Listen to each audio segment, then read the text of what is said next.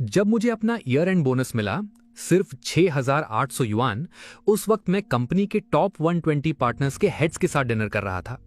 और जैसे ही उन्हें यह पता चला कि जिस इंसान ने उन्हें पूरे साल वीआईपी सर्विस दी है, उसे मेहनत के नाम पर बस ये चिल्लर मिले हैं, तो टेबल का माहौल अचानक से एकदम ऑकवर्ड हो गया। और ठीक उसी वक्त मेरे कलीग्स ग्रुप चैट में 1.5 लाख युआन का बोनस मिलने की खुशी में पागल हो रहे थे। लेकिन मैं बस शांति से अपना डिनर खत्म करता रहा। फिर ठीक 7 दिन बाद मेरा कॉन्ट्रैक्ट खत्म हो गया और मैंने बिना एक सेकंड सोचे रिजाइन कर दिया। मेरे बॉस की चीखें तो फोन के स्पीकर फाड़ देने वाली थी। वो पागलों की तरह चिल्ला रहा था, क्यों आखिर क्यों सबने अपनी इन्वेस्टमेंट वापस ले ली। असल में मेरे कॉन्ट्रैक्ट खत्म होने से 7 दिन पहले वाला डिनर शहर के सबसे लग्जरी होटल में रखा गया था, और वहां बैठे थे वो लोग जो हमारी नेटवर्क कंपनी सानके की किस्मत तय करते थे। ये लोग हमारी 90% इनकम का सोर्स थे, हमारे टॉप 120 पार्टनर्स के हेड्स। और मैं ही वो अकेला इंसान था जो इन सबके साथ रिलेशनशिप मेंटेन करता था। उस वक्त मैं हाथ में वाइन का ग्लास लेकर टेबल्स के बीच एकदम कूल और कामली घूम रहा था। मैं हर उस डायरेक्टर जनरल को ग्रीट कर रहा था जिन्हें मैं पहले से जानता था। उनमें से कई तो कंपनी ज्वाइन करने के मेरे पहले साल से ही मेरे साथ जुड़े हुए थे, और हमारा रिश्ता प्रोफेशनल कर्टेसी से कहीं आगे निकल चुका था। तभी डायरेक्टर चैन, जो एक बड़े नेशनल ग्रुप के परचेजिंग हेड थे, उन्होंने मेरे कंधे पर हाथ रखा और पूरी ईमानदारी से बोले, शाओ चैन, अगले साल हमारे ग्रुप का नया प्रोजेक्ट तुम ही संभालना। मुझे तुम्हारे सिवा किसी और पर भरोसा नहीं है। मैंने भी सीधा जवाब दिया, डायरेक्टर चैन, आप बेफिक्र रहिए, जब तक मैं यहाँ हूँ आपके काम मेरे ही रहेंगे। तभी अचानक मेरी जेब में रखा फोन लगातार वाइब्रेट करने लगा। मैंने वॉशरूम जाने का बहाना बनाया और कॉरिडोर के एक सुनसान कोने में जाकर अपना वीचैट ग्रुप खोला। पूरा ग्रुप लाल रंग के लकी एनवेलप से भरा पड़ा था, और मैसेज भेजने वाली थी लीना, वो लड़की जो असल में मेरा किया हुआ काम ऑर्गेनाइज करके उस पर अपना नाम चिपका देती थी। वो लिख रही थी, मुझे भी 1.5 लाख मिले, इस साल कंपनी कमाल कर रही है, बॉस सोंगवे की लंबी उम्र हो, मेहनत का फल मिल गया। एक के बाद एक 1.5 लाख युआन के स्क्रीनशॉट्स मेरी आंखों के सामने ऐसे आ रहे थे जैसे कोई मेरे चेहरे पर इनविजिबल थप्पड़ मार रहा हो। बिना किसी एक्सप्रेशन के मैंने उन चमकते लाल मैसेजेस को इग्नोर किया और अपना बैंकिंग ऐप खोला। वहां एक नया ट्रांसफर रिकॉर्ड चुपचाप पड़ा था, अमाउंट 6,800।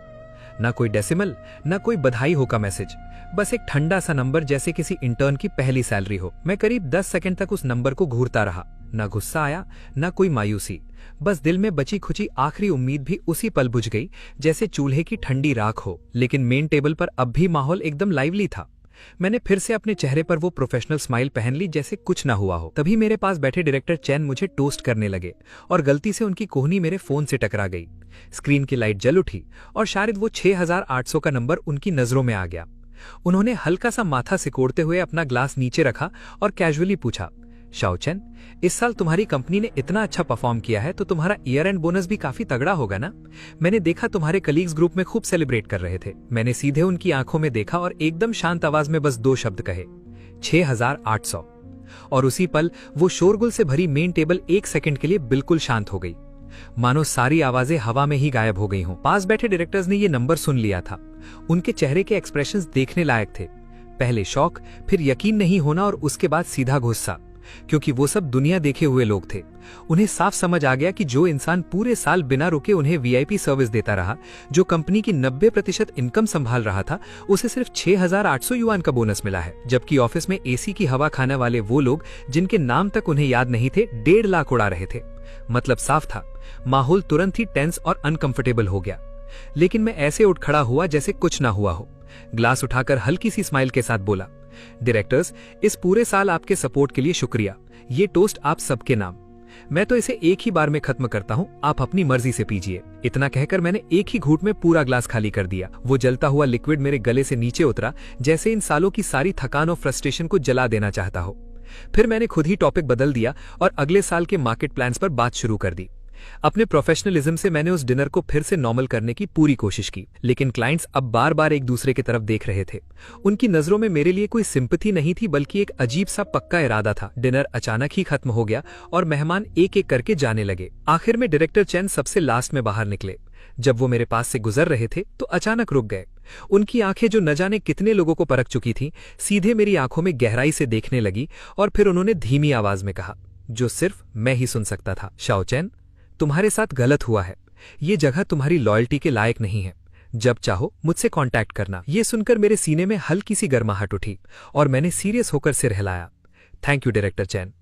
आखिरी गेस्ट को विदा करने के बाद मैं अकेला अपने खाली घर लौट आया, लेकिन बाकी रातों की तरह मैंने कंप्यूटर खोलकर काम के मेल्स चेक नहीं किए, बल्कि खुद के लिए कप चाय बनाई। न मुझे गुस्सा आ रहा था न दुख, क्योंकि यार जब इंसान किसी चीज से पूरी तरह उम्मीद खो देता है तो इमोशंस भी एक बेकार सी लग्जरी लगने लगती हैं। मैंने कंप्यूटर खोला, लेकिन बोरिंग काम देखने के लिए नहीं, बल्कि एक नया डॉक्यूमेंट बनाने के लिए, जिसका नाम रखा हैंडओवर लिस्ट। फिर मैंने सिस्टमैटिकली हर टास्क का प्रोसेस, हर क्लाइंट की इन्फॉर्मेशन और हर प्रोजेक्ट का बेसिक स्ट्रक्चर डिटेल में टाइप करना शुरू किया। मेरा दिमाग एकदम खौफनाक हद तक क्लियर था। फिर मैंने दीवार पर लगे कैलेंडर की तरफ देखा, जहां 7 दिन बाद की तारीख को लाल मार्कर से सर्कल किया गया था और उसके बगल में लिखा था एंड ऑफ कॉन्ट्रैक्ट। मेरी नजरें एकदम शांत और सॉलिड थीं, बिल्कुल जंग के मैदान में खड़े उस जनरल की तरह जो बस न्यूक्लियर बटन दबाने ही वाला हो। आखिर में मैंने अपना फोन उठाया और वी चैट पर उस हेड हंटर का कॉन्टैक्ट ढूंढा जिसे मैंने 1 महीने पहले ऐड किया था। तब उसने मुझसे पूछा था कि क्या मैं जॉब बदलने का सोच रहा हूं, और मैंने जवाब दिया था कि फिलहाल मैं स्टेबल हूं।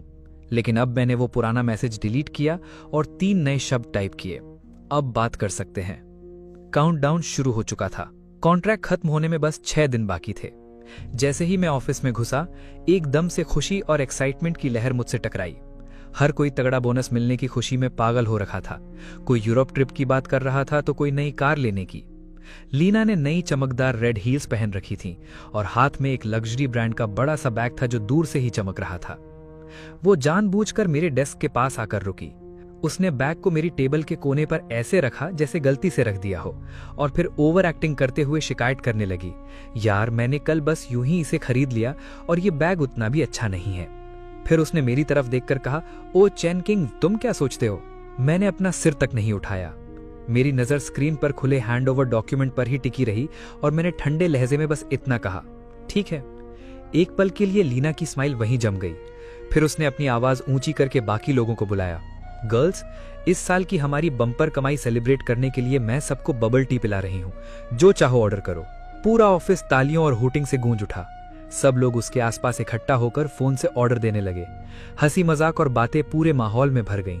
छोटी सी ऑफिस एकदम मछली बाजार जैसी लगने लगी।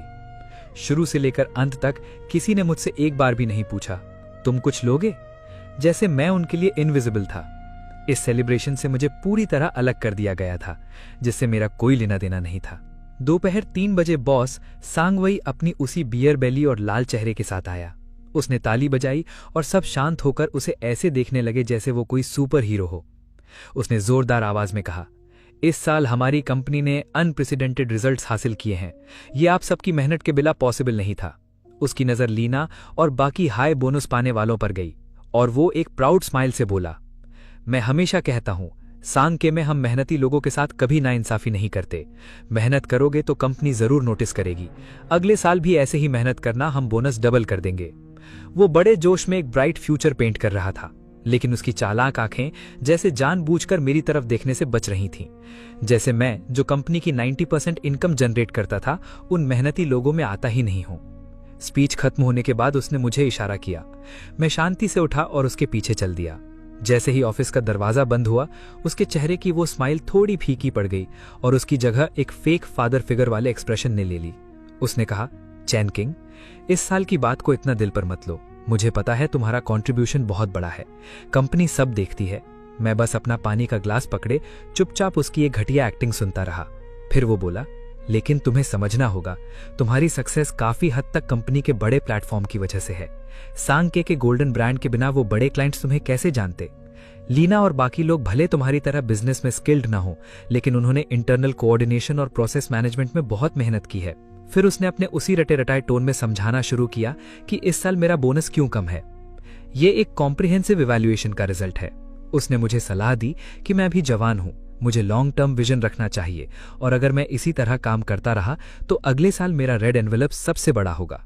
मैंने सिर हिलाया और चेहरे पर उतनी ही फेक ग्रैटिट्यूड दिखाई जितनी जरूरी थी।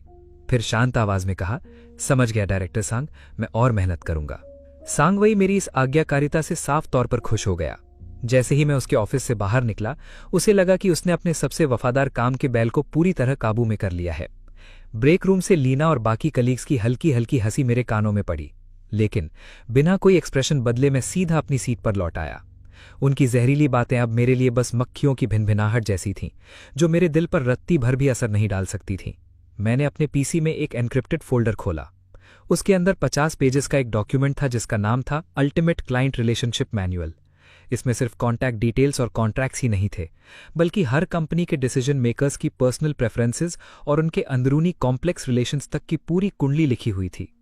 ये मेरे सालों की मेहनत थी, मेरा बैकबोन। मैंने शांति से इस मैनुअल के कोर हिस्से को एन्क्रिप्ट किया, उसे जिप फाइल में पैक किया और अपने पर्सनल क्लाउड में अपलोड कर दिया। ये सब करने के बाद मुझे ऐसा लगा जैसे मेरे कंधों से कोई बहुत भारी बोझ उतर गया हो। तभी सांगवाई अपने ऑफिस से बाहर आया और एक्साइटेड होकर बोला, गुड न्यूज़, हमने एक और नया प्रोजेक्ट जीत लिया है। क्लाइंट ने स्पेसिफिकली हमारे सबसे स्ट्रॉन्गेस्ट मेंबर चैन किंग को रिक्वेस्ट किया है। चैन, ये प्रोजेक्ट तुम्हारा है। पूरे ऑफिस की नजरें मेरी तरफ घूम गईं। कुछ आंखों में जलन थी, कुछ में छुपी हुई खुशी। मैंने सिर उठाया, सांगवाई के उस ओवर कॉन्फिडेंट चेहरे को देखा और पहली बार उसे सीधे मुंह मना कर दिया।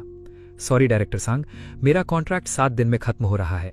मैं इस प्रोजेक्ट की कंटिन्यूटी की गारंटी नहीं दे सकता।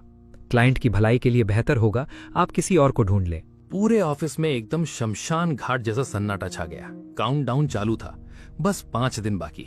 तभी उस खामोशी को एक डेस्क फोन की तेज रिंगटोन ने तोड़ा। ये कंपनी का सबसे बड़ा और पुराना क्लाइंट था। वॉशिंग ग्रुप का सिस्टम अचानक क्रैश हो गया था, जिससे उनकी पूरी प्रोडक्शन लाइन ठप पड़ गई थी।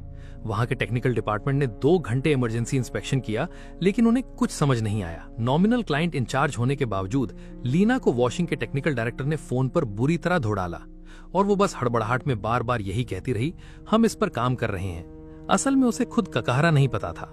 आखिरकार वॉशिंग की कॉल सीधे बॉस सांगवाई के पास ट्रांसफर हुई। दूसरी तरफ से ठंडी आवाज में सीधा अल्टीमेटम दिया गया कि चेन किंग को ही स्पेसिफिकली इस प्रॉब्लम को फिक्स करना होगा, और अगर 2 घंटे में प्रॉब्लम सॉल्व नहीं हुई तो वो ना सिर्फ कॉन्ट्रैक्ट फाड़ देंगे बल्कि लीगल एक्शन भी लेंगे। ये सुनते ही सांगवाई का चेहरा पीले कागज जैसा हो गया, क्योंकि वॉशिंग का प्रोजेक्ट कंपनी की एनुअल इनकम का लगभग 20% था। उसे खोने का मतलब था कंपनी की लाइफलाइन कट जाना। वो पसीने से तरबतर हो गया और अपना सारा ईगो और बॉस वाला एटीट्यूड भूलकर सीधे मेरे डेस्क की तरफ दौड़ा। उसकी आवाज में पहली बार एक गिड़गिड़ाहट और विनम्रता थी। चेन किंग, वॉशिंग के सिस्टम में प्रॉब्लम है, प्लीज तुरंत इसे संभाल लो। पूरा ऑफिस इस सीन को फटी आंखों से देख रहा था। मैंने ना कोई कंडीशन रखी, ना कोई एटीट्यूड दिखाया। बस शांति से अपना लैपटॉप ऑन किया, हेडफोन्स पहने और रिमोटली वॉशिंग के सर्वर से कनेक्ट हो गया। सांगवाई और उसकी टेक्निकल टीम मेरे आसपास ऐसे खड़े थे जैसे मेरी पूजा कर रहे हों। इतनी खामोशी थी कि कोई जोर से सांस लेने की भी हिम्मत नहीं कर रहा था। लीना सबसे पीछे खड़ी थी। उसका चेहरा जलन के मारे कभी पीला तो कभी बैंगनी पड़ रहा था। स्क्रीन पर कोड की लाइंस तेजी से दौड़ रही थीं। अपने 5 साल के हार्डकोर एक्सपीरियंस के दम पर मैंने पहले ही सिस्टम अपडेट करते वक्त पोटेंशियल लूप होल्स का अंदाजा लगा लिया था, इसीलिए मैंने तुरंत प्रॉब्लम की नस पकड़ ली। टेक्निकल स्टाफ सिस्टम का पूरा आर्किटेक्चर ही नहीं समझ पाया था, इसीलिए वो इस पॉइंट तक पहुंच ही नहीं सके। मेरी उंगलियां कीबोर्ड पर किसी जादू की तरह उड़ रही थीं। कोड फिक्स करना, सर्विसेज रीस्टार्ट करना, कैश क्लियर करना, सब कुछ एकदम स्मूथ मक्खन की तरह चल रहा था। ठीक 1 घंटे बाद मैंने हेडफोन्स उतारे और सांगवाई से कहा, हो गया। उसी समय मेरा फोन बज उठा। दूसरी तरफ वॉशिंग के टेक्निकल डायरेक्टर खुद लाइन पर थे। चेन किंग, बहुत बहुत शुक्रिया यार, तुम हमारे असली सेवियर हो। प्रोडक्शन लाइन फिर से चालू हो गई है। उसने गहरी राहत की सांस ली। फिर उसकी आवाज थोड़ी सीरियस हुई और वो बोला, सच कहूं तो तुम्हारे जैसे मास्टरमाइंड का मेकर जैसी टियर 3 कंपनी में होना टैलेंट की घोर बर्बादी है। ऐसी कंपनी तुम्हारे लायक ही नहीं है। मैं हल्का सा मुस्कुराया।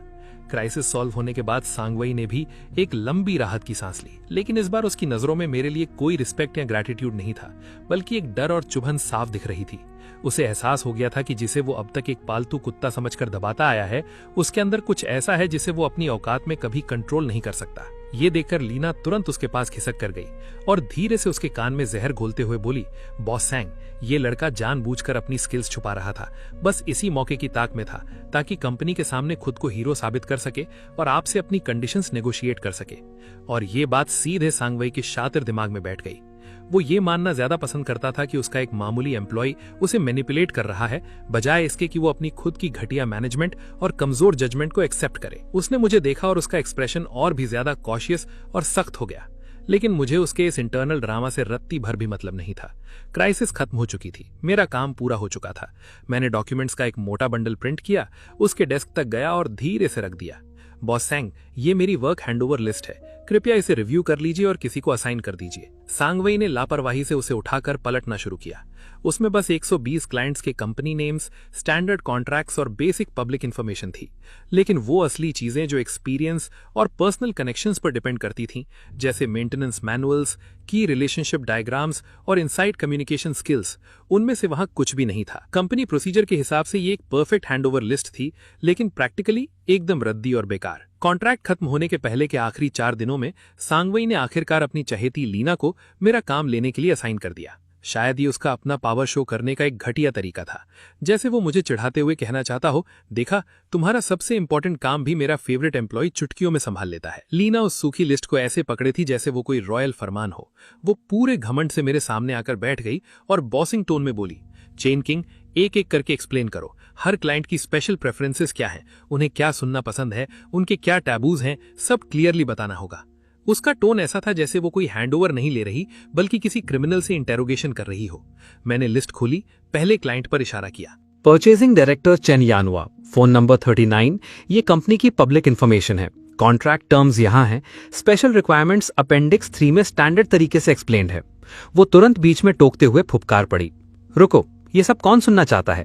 मुझे वो जानना है जो इन बोरिंग डॉक्यूमेंट्स में नहीं है, जैसे मिस्टर चेन को कौन सी चाय पसंद है, उनके साथ खाने जाते वक्त किन बातों का ध्यान रखना है।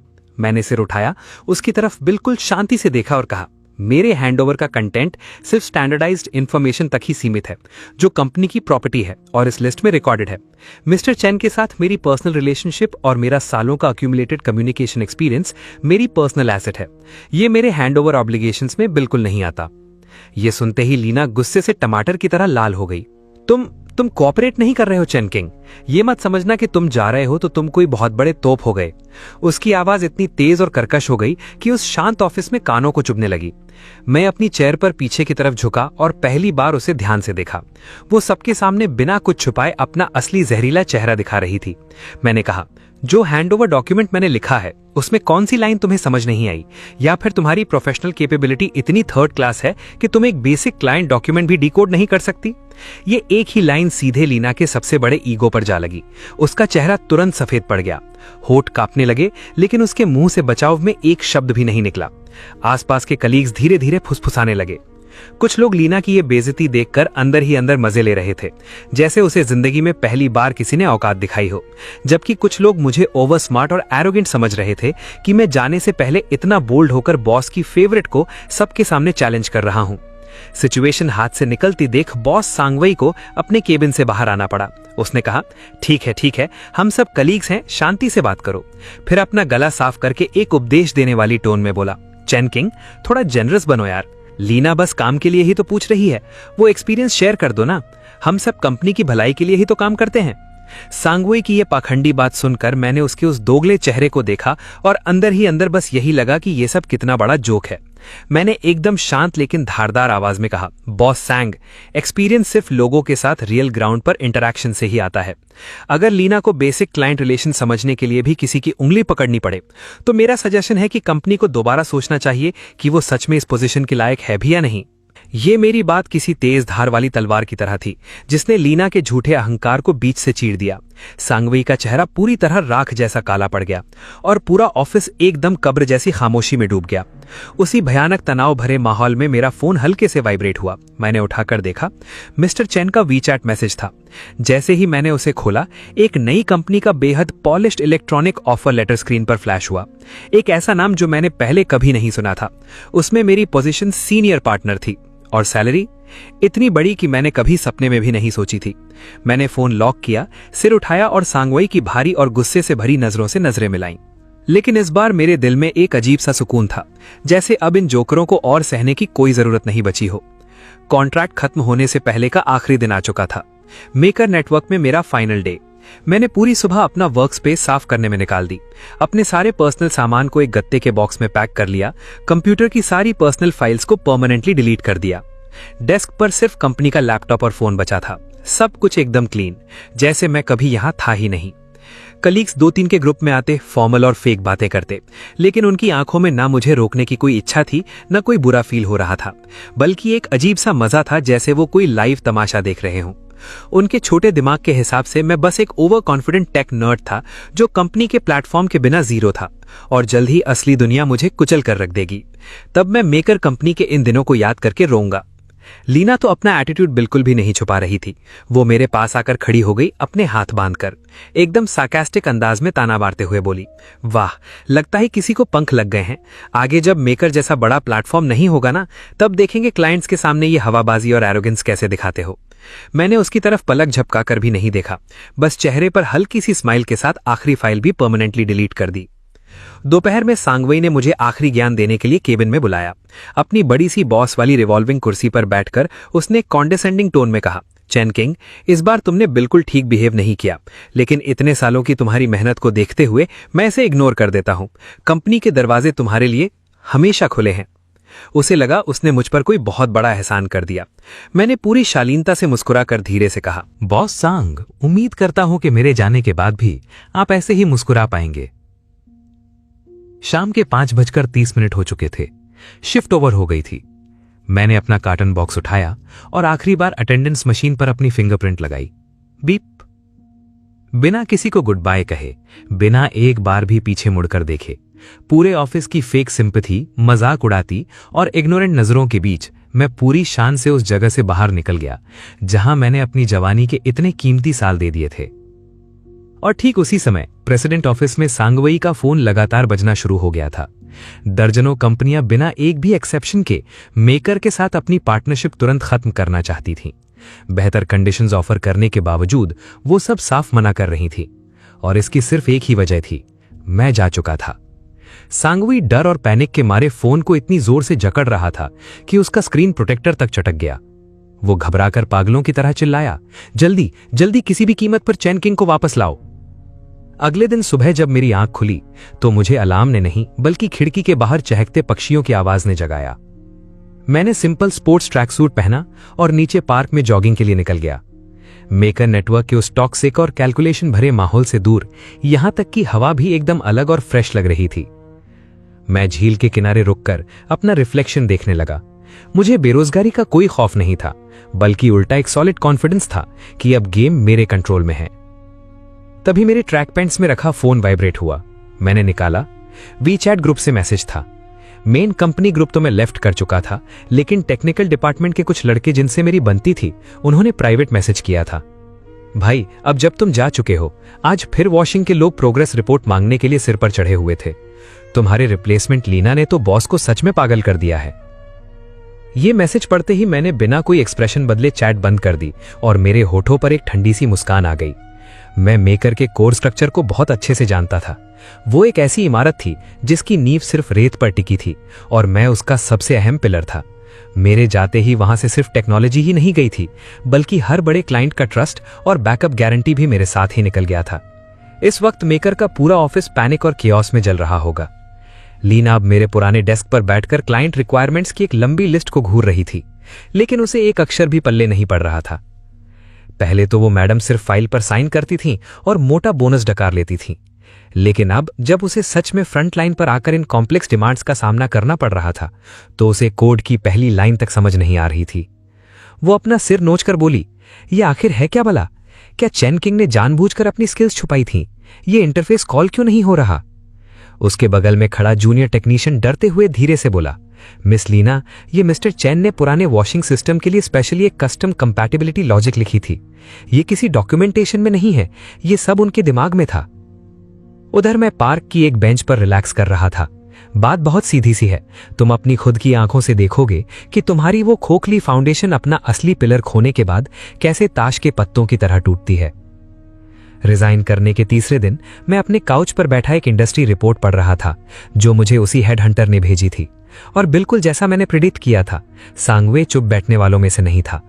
अचानक मेरा फोन बजा और स्क्रीन पर वही जाना पहचाना नंबर चमक उठा। मैंने उसे पूरे 30 सेकंड तक बजने दिया, उसे थोड़ा और तड़पने दिया, फिर आराम से कॉल उठाई। उसने अपनी आवाज में बनावटी मिठास भरते हुए कहा, शाओ चैन, घर पर आराम कर रहे हो? कैसे हो? मैंने बिना लाग लपेट सीधा जवाब दिया, डायरेक्टर सांग, जब मैं वहां था तब तो आपने मुझे कभी खाने पर बुलाने का समय नहीं निकाला, अब मेरा हाल पूछ रहे हैं। फिर हल्की मुस्कान से कहा, मेरे लिए अभी सब एकदम परफेक्ट है, बहुत शांति है। कुछ सेकंड्स तक दूसरी तरफ शमशान सा सन्नाटा रहा। फिर मुझे उसकी हल्की भारी और घबराई हुई सांसें सुनाई दी। मुझे पता था इस वक्त उसके सिर पर कंप्लेंट्स का पहाड़ टूटा हुआ है। उसकी झूठी प्रॉमिसेस और मीठी बातें सुनकर मुझे सिर्फ घिन आ रही थी। अगर वॉशिंग और बाकी बड़े क्लाइंट्स अपनी इन्वेस्टमेंट रातों रात वापस खींचने की धमकी नहीं दे रहे होते तो शायद वो मुझे कॉल करने की जरूरत भी नहीं समझता। कॉल कट होते ही मैंने सीधा उसका नंबर ब्लॉक लिस्ट में डाल दिया। वो बेवकूफ सोचता था कि मैं उन चीप एम्प्लॉयज में से हूं जो एक सूथी हड्डी फेंकने पर पूंछ हिलाते हैं, लेकिन उसे ये नहीं पता था कि इन सालों की खामोशी और पेशेंस में मैंने उसकी लालची फितरत और शॉर्ट साइटेडनेस को पूरी तरह रीड कर लिया था। बाहर धीरे धीरे रात गहरा रही थी। मैंने अपना मैकबुक खोला और डेस्कटॉप पर एक नया फोल्डर बनाया जिसका नाम रखा द डिपार्चर।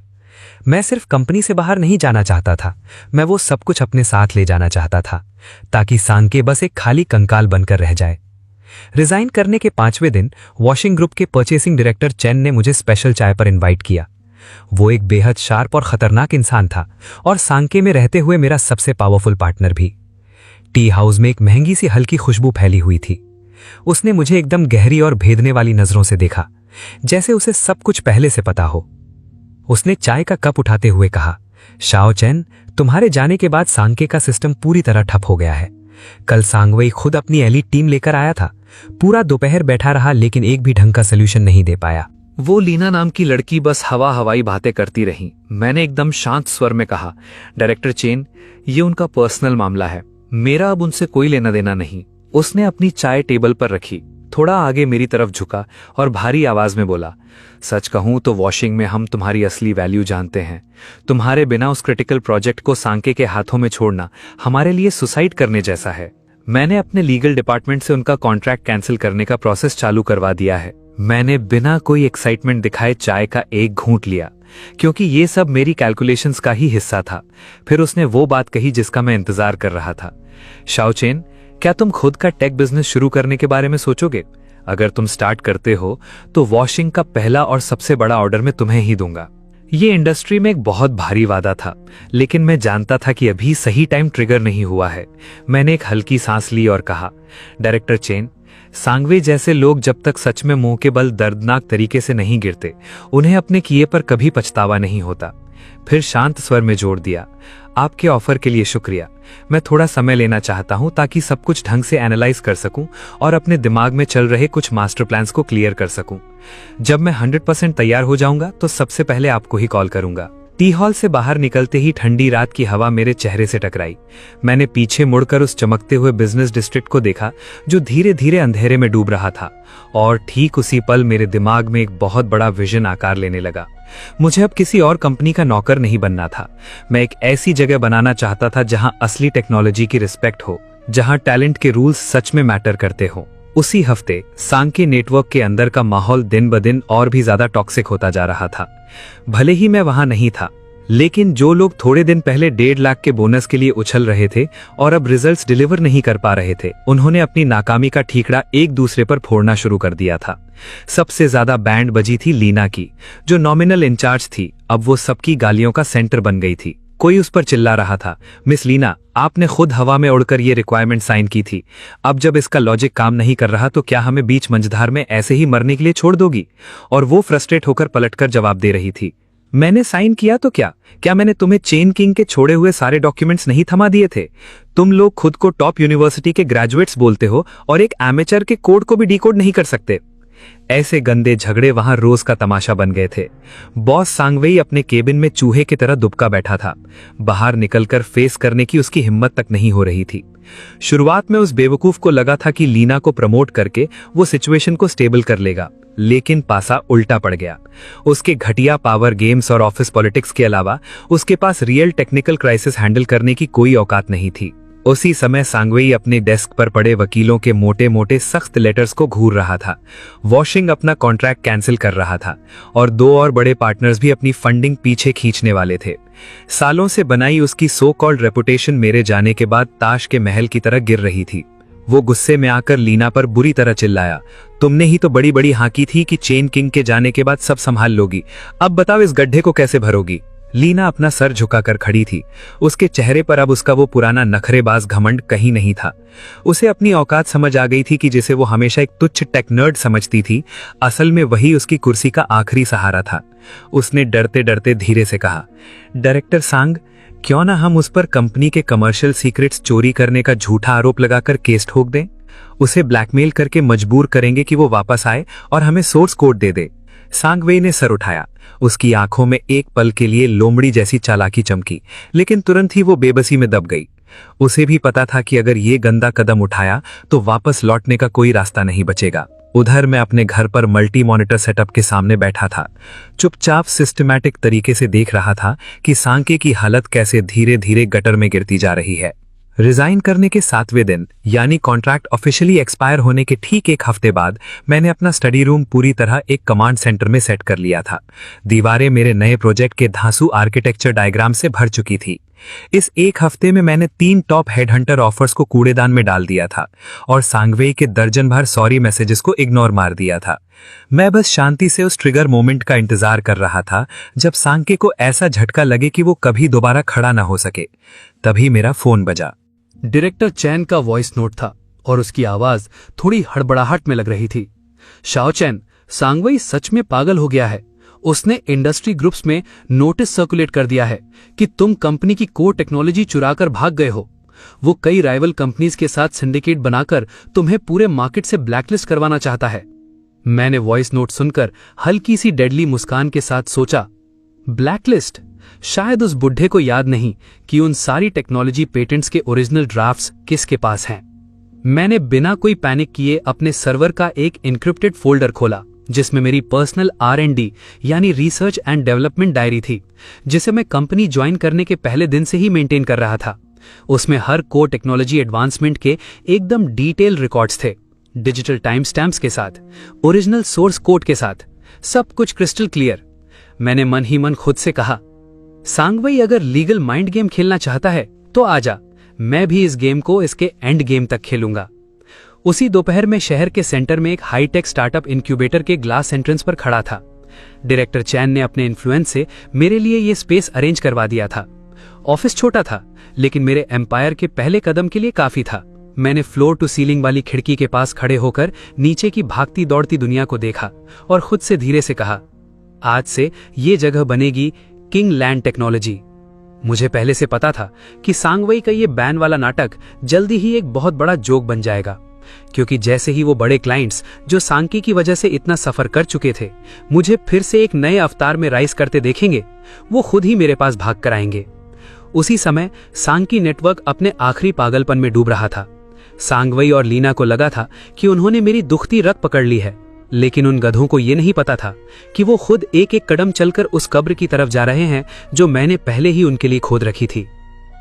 सांगवेई का ये बैन ऑर्डर पूरे टेक इंडस्ट्री में किसी ठंडी हवा की तरह फैल गया। मैं अपने नए किराए के वर्क स्पेस में बैठा फोन पर हेड हंटर एजेंसीज के sorry we can't hire you वाले मैसेजेस देख रहा था, लेकिन मुझे रत्ती भर भी फर्क नहीं पड़ रहा था। उनके शब्द मीठे थे, लेकिन मैसेज साफ था। सांगवेई ने इंडस्ट्री एसोसिएशन में अपने लिंक्स यूज कर लिए थे। जो भी कंपनी मेरे साथ कॉन्ट्रैक्ट साइन करेगी उसे सांके को सपोर्ट करने वाली बड़ी ताकतों का सीधा बाइकआउट झेलना पड़ेगा। ये बच्चों वाली चाल मैंने पहले ही प्रेडिक्ट कर ली थी। मैंने फोन लॉक किया और अपने ग्लास व्हाइट बोर्ड पर नए सिस्टम की कोर लॉजिक ड्रॉ करने लगा। तभी दरवाजे के बाहर हल्के और डरे हुए कदमों की आवाज आई। वो शाओ वोंग था, जो पहले मेरे साथ टेक्निकल डिपार्टमेंट में कोडर था।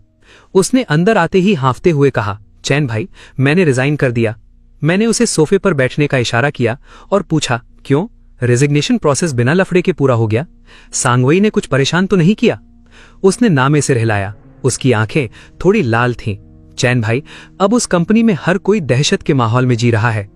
लीना अपनी नाकामियां छुपाने के लिए सारा दिन बस यही जासूसी करती है कि किसका तुम्हारे साथ प्राइवेट कॉन्टैक्ट है, और बॉस ने हमें डरा धमकाकर मजबूर किया कि हम तुम्हारे छोड़े हुए उस एन्क्रिप्टेड लॉजिक को हैक करें, वरना वो पूरी टीम का बोनस काट लेगा।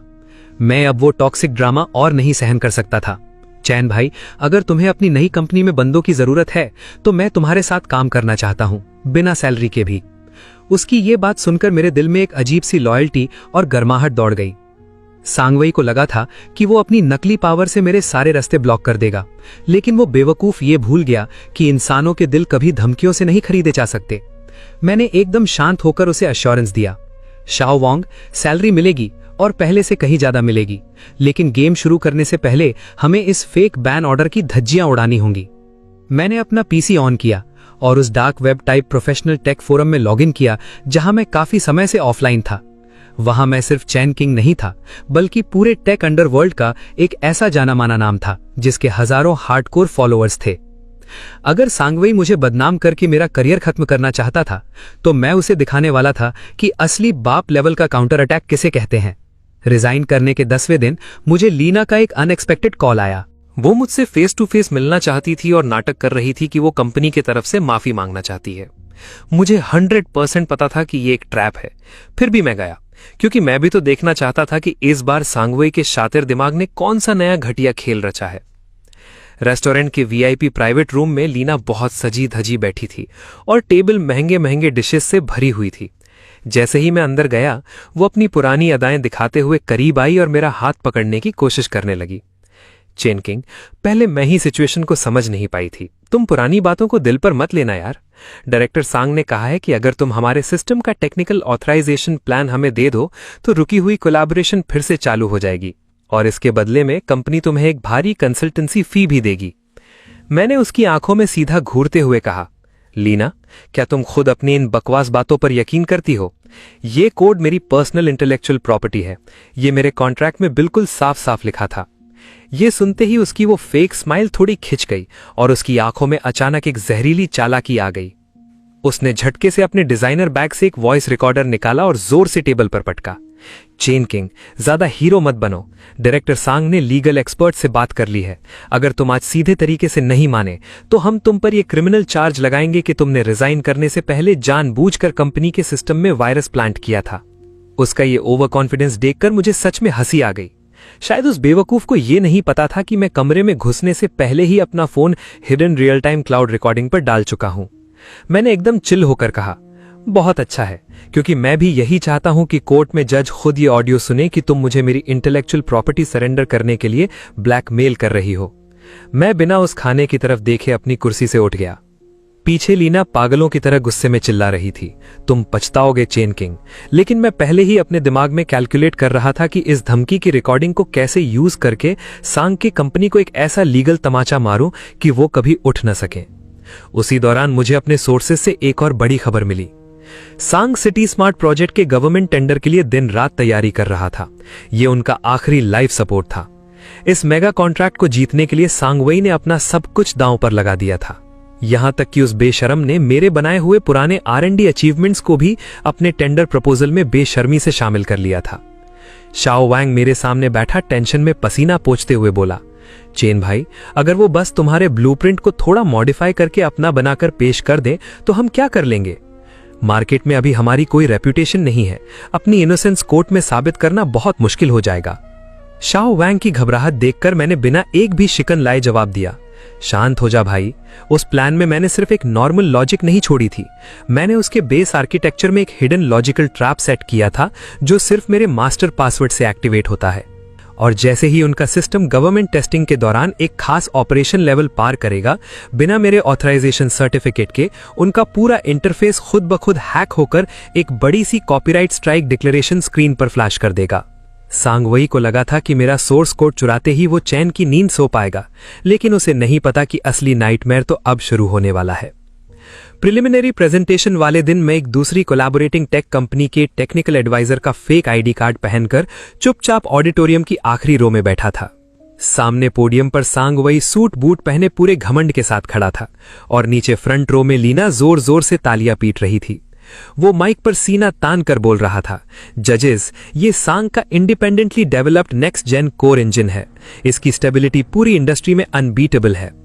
और जैसे ही उसने डेमो के लिए स्ट्रेस टेस्ट का बटन एंटर किया, मक्खन की तरह चल रहा वो सिस्टम अचानक फ्रीज हो गया और अगले ही सेकेंड स्टेज की उस विशाल स्क्रीन पर लाल रंग का एक बड़ा सा पॉपअप चमका। अलर्ट, इस कोर आर्किटेक्चर का एक्सक्लूसिव कॉपीराइट चेन किंग के पास है। बिना ऑथराइजेशन इसका उपयोग करना एक क्रिमिनल इन्फ्रिंजमेंट है। पूरा हॉल एक झटके में केओस और शोर शराबे में बदल गया। स्टेज पर खड़े सांगवोई का चेहरा लाल से सफेद और फिर सफेद से हरा पड़ गया। वो पागलों की तरह कीबोर्ड को पीट रहा था, गालियां बक रहा था, लेकिन सिस्टम पूरी तरह हार्ड लॉक हो चुका था। अंधेरे में रिलैक्स होकर बैठा मैं उसकी बेबस और जलील होती हालत को मजे से देख रहा था।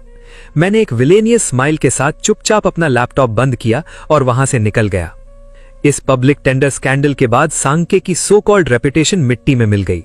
जो छोटे मोटे पार्टनर्स अब तक किनारे बैठकर तमाशा देख रहे थे, उन्होंने भी back to back contract terminate करने के लीगल लेटर्स भेजने शुरू कर दिए।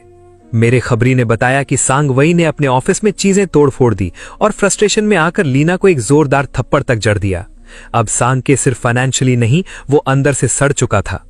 टेक्निकल डिपार्टमेंट के बचे कुछ लड़के भी मास रिजाइन करने लगे।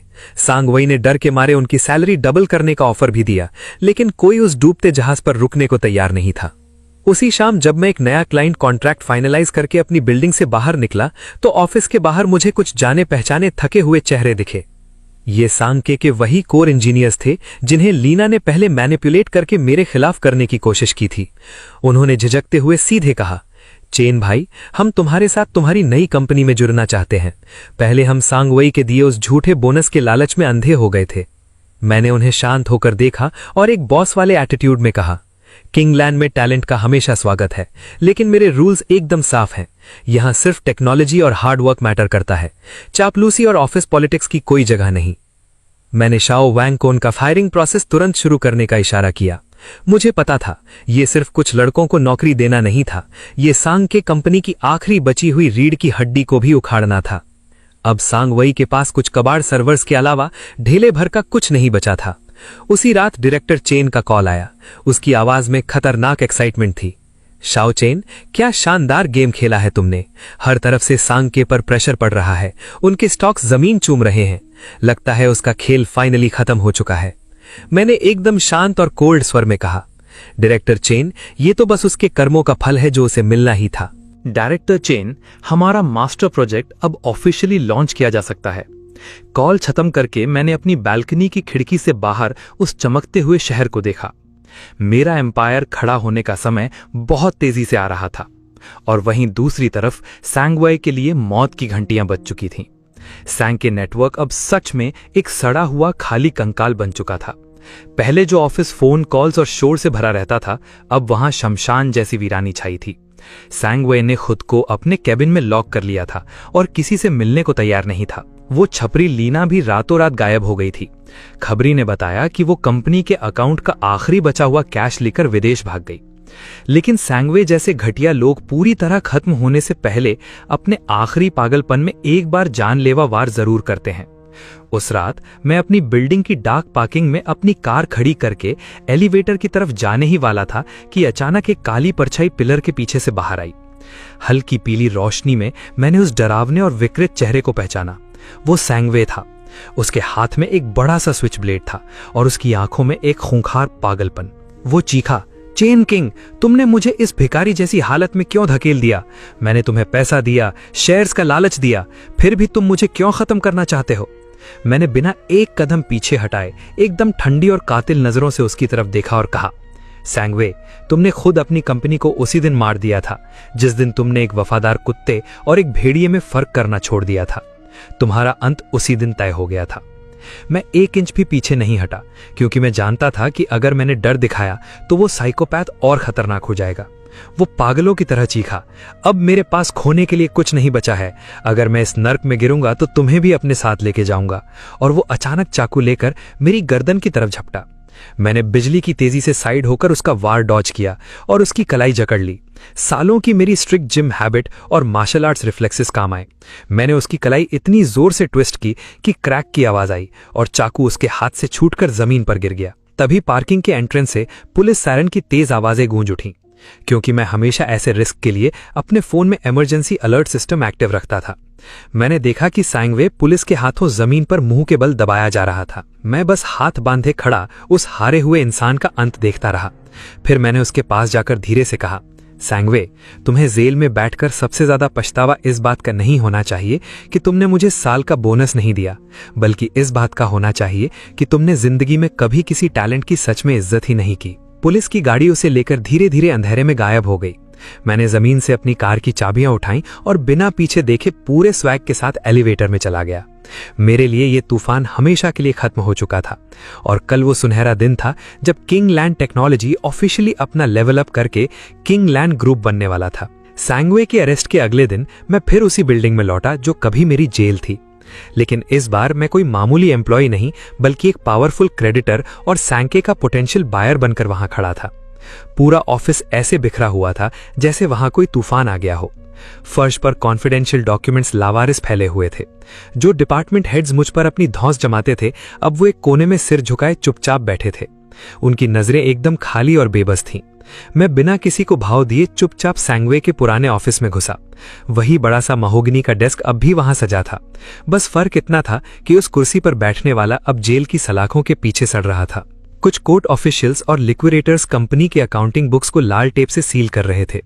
डायरेक्टर चेन मेरे बगल में खड़े थे। उन्होंने सिगार सुलगाते हुए मुझसे पूछा, चेन, इनिशियल हिसाब के मुताबिक सैंके का कर्ज उसके टोटल एसेट से कई गुना ज्यादा है। क्या तुम वाकई इस कचरे के ढेर को खरीदना चाहते हो?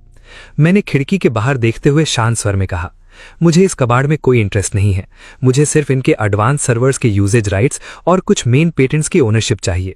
बाकी का डेट कर्ज सैंगवे का पर्सनल सिरदर्द है। मैं मुड़ा तो देखा कुछ पुराने एम्प्लॉइज कांच के दरवाजे के पीछे से डरते हुए झांक रहे थे।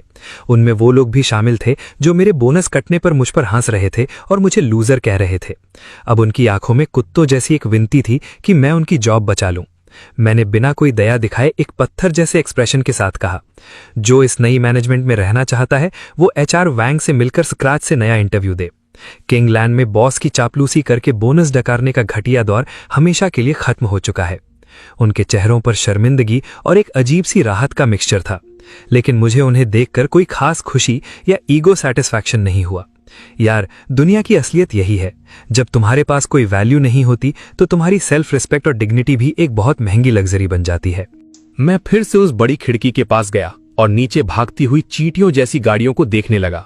सांके का बड़ा सा बोर्ड जल्द ही क्रेन से उखाड़कर फेंक दिया जाएगा, लेकिन मुझे पता था ये तो बस गेम की शुरुआत थी। सांगवई के छोड़े हुए इस मलबे को साफ करते वक्त मुझे एक ऐसा डार्क सीक्रेट मिला जिसकी मैंने सपने में भी उम्मीद नहीं की थी। वो चालाक लीना जो डेटा ड्राइव लेकर भागी थी, उसका मामला मेरी सोच से कहीं ज्यादा डेंजरस था। सर्वर्स का फुल एक्सेस कंट्रोल लेने के बाद मैं और शाओ वोंग लगातार 2 रात बिना सोए हैकिंग और डेटा रिकवरी करते रहे। तब जाकर हमारा दिमाग सुन्न हुआ। लीना सिर्फ कंपनी का कैश ही नहीं उड़ा ले गई थी, उसने एडमिन अथॉरिटी का मिसयूज करके कंपनी की सारी बैकअप डेटाबेस को भी क्लीन वाइप करवा दिया था।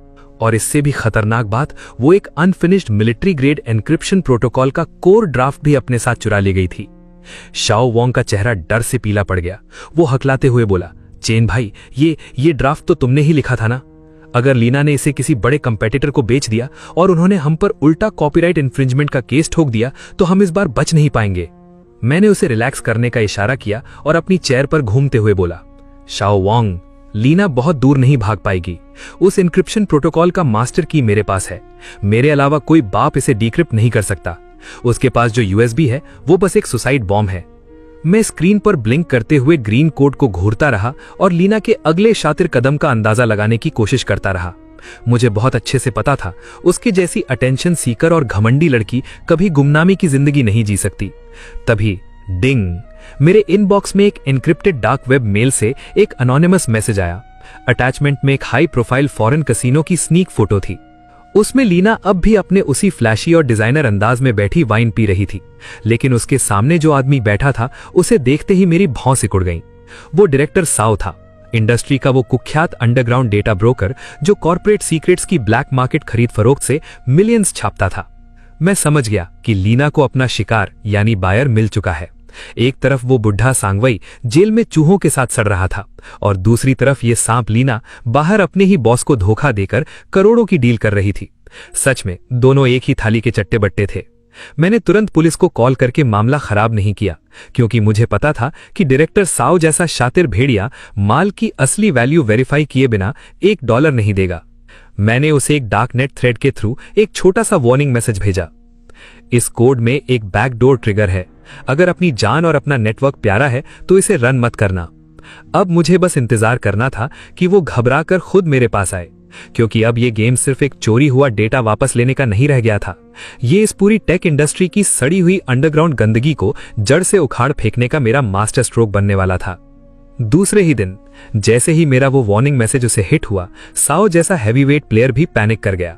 उसने मुझे अपने रसूख वाले एक नदी किनारे बने प्राइवेट वीआईपी क्लब में मिलने बुलाया और स्ट्रिक्टली कहा कि मैं बिना किसी बैकअप के अकेला आऊं।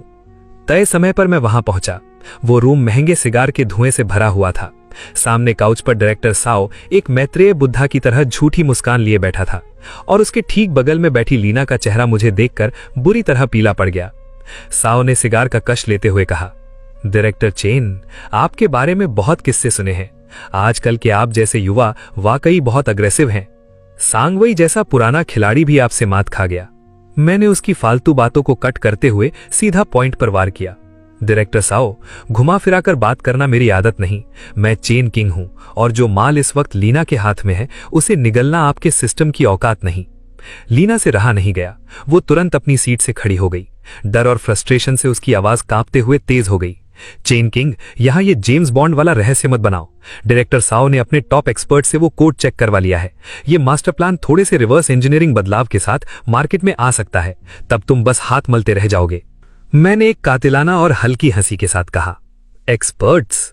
तुम उन थर्ड ग्रेड नोबडी प्रोग्रामर्स की बात कर रही हो जिन्हें कंकरेंट मल्टी प्रोसेसिंग का सी तक नहीं पता। डायरेक्टर साओ, अगर आपको मुझ पर यकीन नहीं है तो अभी इसी वक्त अपने लैब में उस प्रोटोकॉल का तीसरा मॉड्यूल रन करके देख लीजिए। अगर आपका पूरा मेन फ्रेम सर्वर जलकर खाक ना हो जाए तो मेरा नाम बदल देना। ये सुनते ही डायरेक्टर साओ की वो बुद्धा वाली स्माइल गायब हो गई। वो एक बेहद पैरानॉइड आदमी था। उसने तुरंत घबराकर अपने हेड हैकर को लैपटॉप खोलने का इशारा किया और बूम, जैसे ही वो प्रोग्राम उनके सिक्योर एनवायरनमेंट में रन हुआ, लैपटॉप की स्क्रीन पर सर्वर रूम की critical danger lights red warning तेजी से ब्लिंक करने लगी। वो हैकर पसीने से भीगकर चिल्लाया, बॉस, ये क्या हो रहा है? हमारा कोर सिस्टम मेल्टडाउन हो रहा है, इसे तुरंत बंद करो। मैंने सोफे पर पैर रखकर एकदम शांत होकर कहा, मैंने कहा था ना, ये एक मिलिट्री ग्रेड लॉजिकल लॉक है। मेरी डायनामिक ऑथराइजेशन की के बिना कोई भी इसे हैक करने की कोशिश करेगा तो वो कोड खुद ब खुद सेल्फ डिस्ट्रक्ट ट्रिगर कर देगा। लीना वहीं बेजान होकर अपनी कुर्सी पर गिर पड़ी। उसकी आंखों में मौत जैसा खालीपन था। उसका आखिरी तुरुप का आंखा मेरे सामने एक भीगे हुए कागज की तरह फट चुका था और डायरेक्टर साओ जैसा घाघ बिजनेसमैन तुरंत समझ गया कि अब उसे अपना डैमेज कंट्रोल कैसे करना है। उसने पूरी ताकत से एक जोरदार थप्पड़ लीना के चेहरे पर रसीद किया। उसका आधा चेहरा तुरंत सूजकर लाल हो गया। वो अपना गाल पकड़कर एक कोने में दुबक कर बैठ गई। उसकी आंखों में अब सिर्फ निराशा और खौफ था। डायरेक्टर साओ ने अपनी कॉलर ठीक करते हुए एक ठंडी आवाज में पैचअप करने की कोशिश की। डायरेक्टर चेन, ये सब एक बहुत बड़ी गलतफहमी है। इस औरत ने मुझे धोखा दिया। इसने मुझे यकीन दिलाया था कि ये उसका अपना क्रिएशन है। मैंने बिना चेहरे पर कोई इमोशन दिखाए कोल्ड टोन में कहा, मुझे बस वो यूएसबी ड्राइव वापस चाहिए। बाकी इस कचरे का फैसला अब कानून करेगा। वैसे मैंने मार्केट में सुना है कि आप आजकल स्मार्ट सिटी फेज 2 के गवर्नमेंट बिडिंग डॉक्यूमेंट्स के बारे में कुछ ज्यादा ही पूछताछ कर रहे थे। मेरी ये बात सुनते ही साओ के माथे पर पसीने की बूंदें चमकने लगीं। वो हड़बड़ाकर तुरंत बोला, नहीं डायरेक्टर चैन, अब बिल्कुल नहीं पूछूंगा। आपके इस प्रोजेक्ट में रहते हुए हम जैसी छोटी कंपनी दखल देने की जरूरत नहीं करेगी। मैंने टेबल से अपनी यूएसबी ड्राइव उठाई और उसी के सामने इकोनॉमिक इन्वेस्टिगेशन पुलिस टीम का नंबर डायल कर दिया। जैसे ही दूर से लीना के कानों में पुलिस सायरन की आवाज पड़ी, उसका पूरा शरीर जेली की तरह ढीला पड़ गया और वो घुटनों के बल जमीन पर गिर गई। वो रोते हुए मेरी पैंट पकड़कर गिड़गिड़ाने लगी, चैन मुझे बचा लो। लेकिन मैंने एक बर्फ जैसी ठंडक के साथ उसे लात मारकर किनारे कर दिया। लीना, जिस दिन तुमने अपनी औकात भूलकर कंपनी का कोर डेटा चुराने का फैसला लिया था, तुम्हें उसी दिन ये अंजाम सोच लेना चाहिए था। उसे हथकड़ियां लगाकर पुलिस की गाड़ी में ठूंसते हुए देखकर मेरे सीने का आखिरी बोझ भी उतर गया। लेकिन मेरे अंदर का रडार मुझे बता रहा था कि ये एंड गेम नहीं है। साओ तो बस एक मोहरा था जो पीछे हट गया, लेकिन इसके पीछे की जो असली कैपिटल फोर्सेस थीं, वो मुझे इतनी आसानी से ऊपर नहीं चढ़ने देंगी। अपनी कंपनी की तरफ ड्राइव करते वक्त डायरेक्टर चैन का इमरजेंसी कॉल आया। उनकी आवाज में साफ तौर पर टेंशन दिख रही थी। शाओ चैन, सुन रहे हो? इंडस्ट्री का सबसे बड़ा लीडर तिएनशैंग ग्रुप हमारे सारे पार्टनर से बैकडोर कांटेक्ट कर रहा है। मुझे लग रहा है वो हमें एक झटके में अक्वायर अर्थात हड़पना चाहते हैं। लीना और साओ वाले लफड़े से निपटकर मैंने अभी ठीक से सांस भी नहीं ली थी कि तिएन शेंग का हॉस्टाइल एक्विजिशन लेटर मेरे डेस्क पर मेरा इंतजार कर रहा था। तिएन शेंग वो माफिया लोग हैं जो पैसे के दम पर पूरे मार्केट का गला घोंकते हैं। उनका रूल सिंपल है, जो हमारे सामने झुकता है वो जीतता है और जो टकराता है वो मिटा दिया जाता है। मेरे सामने काउच पर उनकी इन्वेस्टमेंट डायरेक्टर बैठी थी, एकदम चील जैसी तेज नजरों वाली एक कॉर्पोरेट महिला। उसने एक स्लीक सा फोल्डर मेरे आगे खिसकाते हुए कहा, मिस्टर चेन, 200 मिलियन कैश और तिएन शेंग के 3% स्टॉक ऑप्शंस, ये प्राइस टैग आपके और आपकी पूरी टीम के लिए 7 पुश्तों तक की फाइनेंशियल फ्रीडम है। सच कहूं तो वो ऑफर वाकई किसी को भी लालच में डाल सकता था, लेकिन मैंने एकदम रिलैक्स होकर उसकी आंखों में घूरते हुए कहा, और अगर मैं ये भीख लेने से मना कर दूं तो? उस डायरेक्टर ने अपनी उंगली से अपना डिजाइनर चश्मा ठीक किया और उसकी मीठी आवाज में एक खतरनाक धमकी घुल गई। अगर आप ओवर स्मार्ट बनकर मना करते हैं मिस्टर चैन, तो तिएन शेंग कल सुबह से ही पूरे इंडस्ट्री का रिसोर्स इंटीग्रेशन शुरू कर देगा। तब आपकी अपस्ट्रीम और डाउनस्ट्रीम दोनों सप्लाई चेन्स हमारी ताकत के नीचे कुचल दी जाएंगी। मिस्टर चैन, किसी फालतू आइडियल के चक्कर में अपना ब्राइट फ्यूचर बर्बाद मत कीजिए। मैं उस लेटर ऑफ इंटेंट को देखते हुए अंदर ही अंदर एक खौफनाक हंसी हंसा। यार, ये टोन और ये धमकियां कितनी जानी पहचानी लग रही थी ना, बिल्कुल वैसा ही फील जैसा वो बुढ़ा सांगवई मुझे धमकाते वक्त इस्तेमाल करता था। बस फर्क इतना था कि तिएन शेंग के पास उससे 100 गुना ज्यादा पैसा था और 1000 गुना ज्यादा ईगो। लेकिन वो ये भूल गए कि चैन किंग को डराना कल भी नामुमकिन था और आज भी है। मैंने एकदम शांत लेकिन चीर देने वाली आवाज में कहा, मैडम, फ्यूचर कोई खैरात में नहीं देता, उसे अपने दम पर छीनना पड़ता है। अपने बॉस से जाकर कह देना कि किंगलैंड टेक्नोलॉजी कोई बिकाऊ माल नहीं है। अगर टकराने का इतना ही शौक है तो हम उन्हें कोर्ट में घसीटेंगे या सीधा मार्केट में गाड़ देंगे। वो गुस्से से तमतमाके हुए उठी और अपनी हील्स खटखटाती हुई कमरे से बाहर निकल गई। उसके जाते ही शाओ वांग घबराया हुआ सा अंदर आया। मैंने बिना एक भी शब्द बोले अपना सुपर कंप्यूटर ऑन किया और उसे वो चीज दिखाई, वो सेकेंड जनरेशन क्लाउड इंजन जिस पर मैं पिछले कई महीनों से सीक्रेटली अंडरग्राउंड काम कर रहा था। मैंने एक स्माइल के साथ कहा, शाओ वांग, देख इसे, ये मास्टरपीस खास तौर पर तिएन शेंग की एग्जिस्टिंग टेक्निकल कमजोरियों की धज्जियां उड़ाने के लिए डिजाइन किया है। अगर वो अपनी कैपिटल पावर का रौब दिखाकर मुझे ब्लॉक करने की कोशिश करेंगे ना, तो मैं उन्हें दिखाऊंगा कि असली टेक्नोलॉजिकल रेवोल्यूशन यानी सुनामी क्या होती है। लेकिन तिएन शेंग का काउंटर अटैक मेरी प्रिडिक्शन से भी ज्यादा तेज और निर्दयी था। रात के 11 बज चुके थे। मेरे ऑफिस की लाइट्स अब भी जल रही थीं। तभी शाओ वांग हड़बड़ाता हुआ दरवाजा खोलकर अंदर घुसा। उसके हाथ में फ्रेश प्रिंटेड फैक्सेस थे और उसका चेहरा किसी मरे हुए इंसान की तरह सफेद पड़ चुका था। चेन भाई, हम बहुत बड़ी मुसीबत में हैं, उसने कांपते हुए कहा। वो तीनों सर्वर सप्लायर्स जिनके साथ हमने iron clad long term contract sign किया था, उन्होंने अचानक एक लीगल नोटिस भेज दिया है कि इंटरनल प्रोडक्शन एडजस्टमेंट का बहाना देकर वो हमारे सारे ऑर्डर्स को इनडेफिनेटली पोस्टपोन यानी रद्द कर रहे हैं। मैंने अपनी उंगलियां डेस्क पर टैप करते हुए धीरे से उस वर्ड को रिपीट किया, इनडेफिनेटली पोस्टपोन, यानी सीधा सीधा हमारी सप्लाई लाइन काट दी। शाओ वांग पैनिक में बोला, चेन, साफ लग रहा है तिएन शेंग हमें हार्डवेयर साइड से चोक करके मारना चाहता है। मैं उठकर खिड़की के पास गया और नीचे खाली सुनसान सड़क को देखने लगा। उसने आगे बताया, इतना ही नहीं भाई, उन्होंने सभी मेजर क्लाउड सर्विस प्लेटफॉर्म से भी अंडर द टेबल सेटिंग कर ली है। हमारे एप्स और प्रोडक्ट्स को ग्लोबल ऐप स्टोर से हटवाने की पूरी प्लानिंग कर रहे हैं। वो किंगलैंड को दुनिया से काट कर एक आइसोलेटेड आइलैंड बनाना चाहते हैं, ताकि हमारे पास दुनिया की बेस्ट टेक्नोलॉजी तो हो, लेकिन हम उसे डिप्लॉय ही ना कर सके। मैंने एकदम शांत और फोकस स्वर में कहा, डायरेक्टर तिएन शेंग वाकई बहुत गंदा और तेज गेम खेल रहा है। फिर मैंने अपना नेक्स्ट मूव डिसाइड किया। शाओ वांग, पूरी टीम को इन्फॉर्म करो कि कल से वर्क फ्रॉम होम प्रोटोकॉल शुरू होगा। सारे बीटा टेस्ट सर्वर्स तुरंत हमारे सीक्रेट इंटरनल नेटवर्क यानी डार्क नेट पर शिफ्ट कर दो। मैंने अपना टर्मिनल खोला और उन गद्दार सप्लाईज की लिस्ट देखी जिन्होंने हमें बीच रास्ते में धोखा दिया था। लेकिन मुझे उन पर गुस्सा नहीं आ रहा था, बल्कि मुझे एक अल्फा प्रेडेटर जैसी शांति महसूस हो रही थी, जो अपने शिकार को खुद अपने बुने जाल में फंसते हुए मजे से देख रहा हो। मैंने धीरे से बड़बड़ाते हुए कहा, इन बूढ़े कैपिटल जायंट्स को लगता है कि ये सिर्फ पैसे से सप्लाई चेन कंट्रोल कर लेंगे, लेकिन वो ये भूल रहे हैं कि आज के इस डेटा ड्रिवन एरा में हार्डवेयर सिर्फ एक खिलौना यानी व्हीकल है। शाओ वांग ने पीछे से घबरा कर पूछा, लेकिन चेन भाई, बिना हाई एंड सर्वर्स के हमारा second gen engine online public testing में जा ही नहीं पाएगा।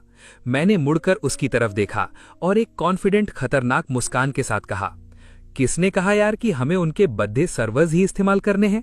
अगर वो डर्टी गेम खेलना चाहते हैं तो तेरा भाई भी फुल तैयार है। 3 साल पहले ही मैंने वर्स्ट केस सिनेरियो के लिए एक प्रोटोटाइप डिसेंट्रलाइज्ड टेक्नोलॉजी डेवलप करके अंडरग्राउंड छुपा दी थी।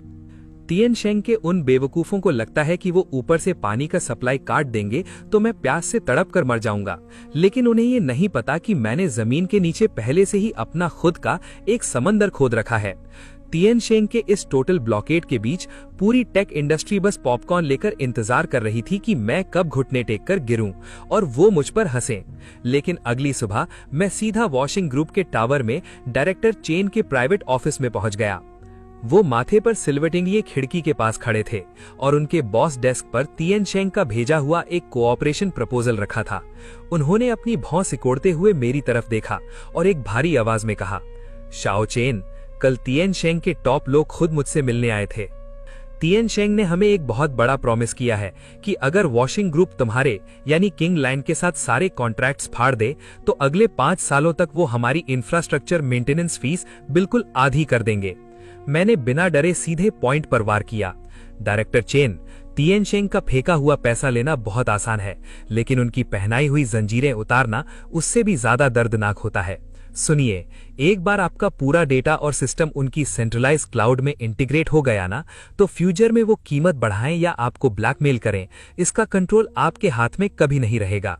वो मेरी बात सुनकर मुड़े और सीधे मेरी आंखों में गहराई से देखने लगे। वो सिर्फ एक लालची बिजनेसमैन नहीं थे, बल्कि एक लॉन्ग टर्म विजन वाले ग्रैंड स्ट्रैटेजिस्ट थे। उनके सामने अब एक ही सवाल था, अभी का छोटा प्रॉफिट या भविष्य का पूरा कंट्रोल। उन्होंने अपनी आवाज भारी करते हुए पूछा, चेन, मुझे सच सच बताओ, तिएनशेंग ने तुम्हारी हार्डवेयर सप्लाई लाइन पूरी तरह काट दी है। तुम्हारे पास सर्वर्स नहीं है, तुम उनके खिलाफ इस वॉर में खड़े कैसे होगे? मैंने बिना एक सेकंड सोचे पूरे एटीट्यूड में जवाब दिया, डायरेक्टर चेन, मुझे उनका सड़ा हुआ हार्डवेयर चाहिए ही नहीं। वॉशिंग ग्रुप की पूरे देश भर में 3000 से ज्यादा ब्रांचेस हैं। हर ब्रांच में आपके हजारों कंप्यूटर्स यानी आइडल रिसोर्सेज ऐसे ही धूल खा रहे हैं। मुझे बस आपके एडमिन नेटवर्क की परमिशन चाहिए। मैं इन सबको आपस में जोड़कर एक ऐसा डिस्ट्रीब्यूटेड कंप्यूटिंग नेटवर्क बना दूंगा जो तिएनशेंग के मेन फ्रेम से भी 10 गुना ज्यादा पावरफुल होगा। उनकी आंखों में अचानक एक शार्क जैसी चमक आ गई। उन्हें तुरंत समझ आ गया कि इस डील का मतलब सिर्फ कॉस्ट कटिंग नहीं है, बल्कि उन कैपिटल जायंट से हमेशा के लिए आजादी है। उन्होंने जोर से टेबल पर हाथ मारा और स्माइल करते हुए बोले, डन। ठीक है लड़के, इस बार मैं तुम पर अपना सबसे बड़ा दांव लगाता हूं।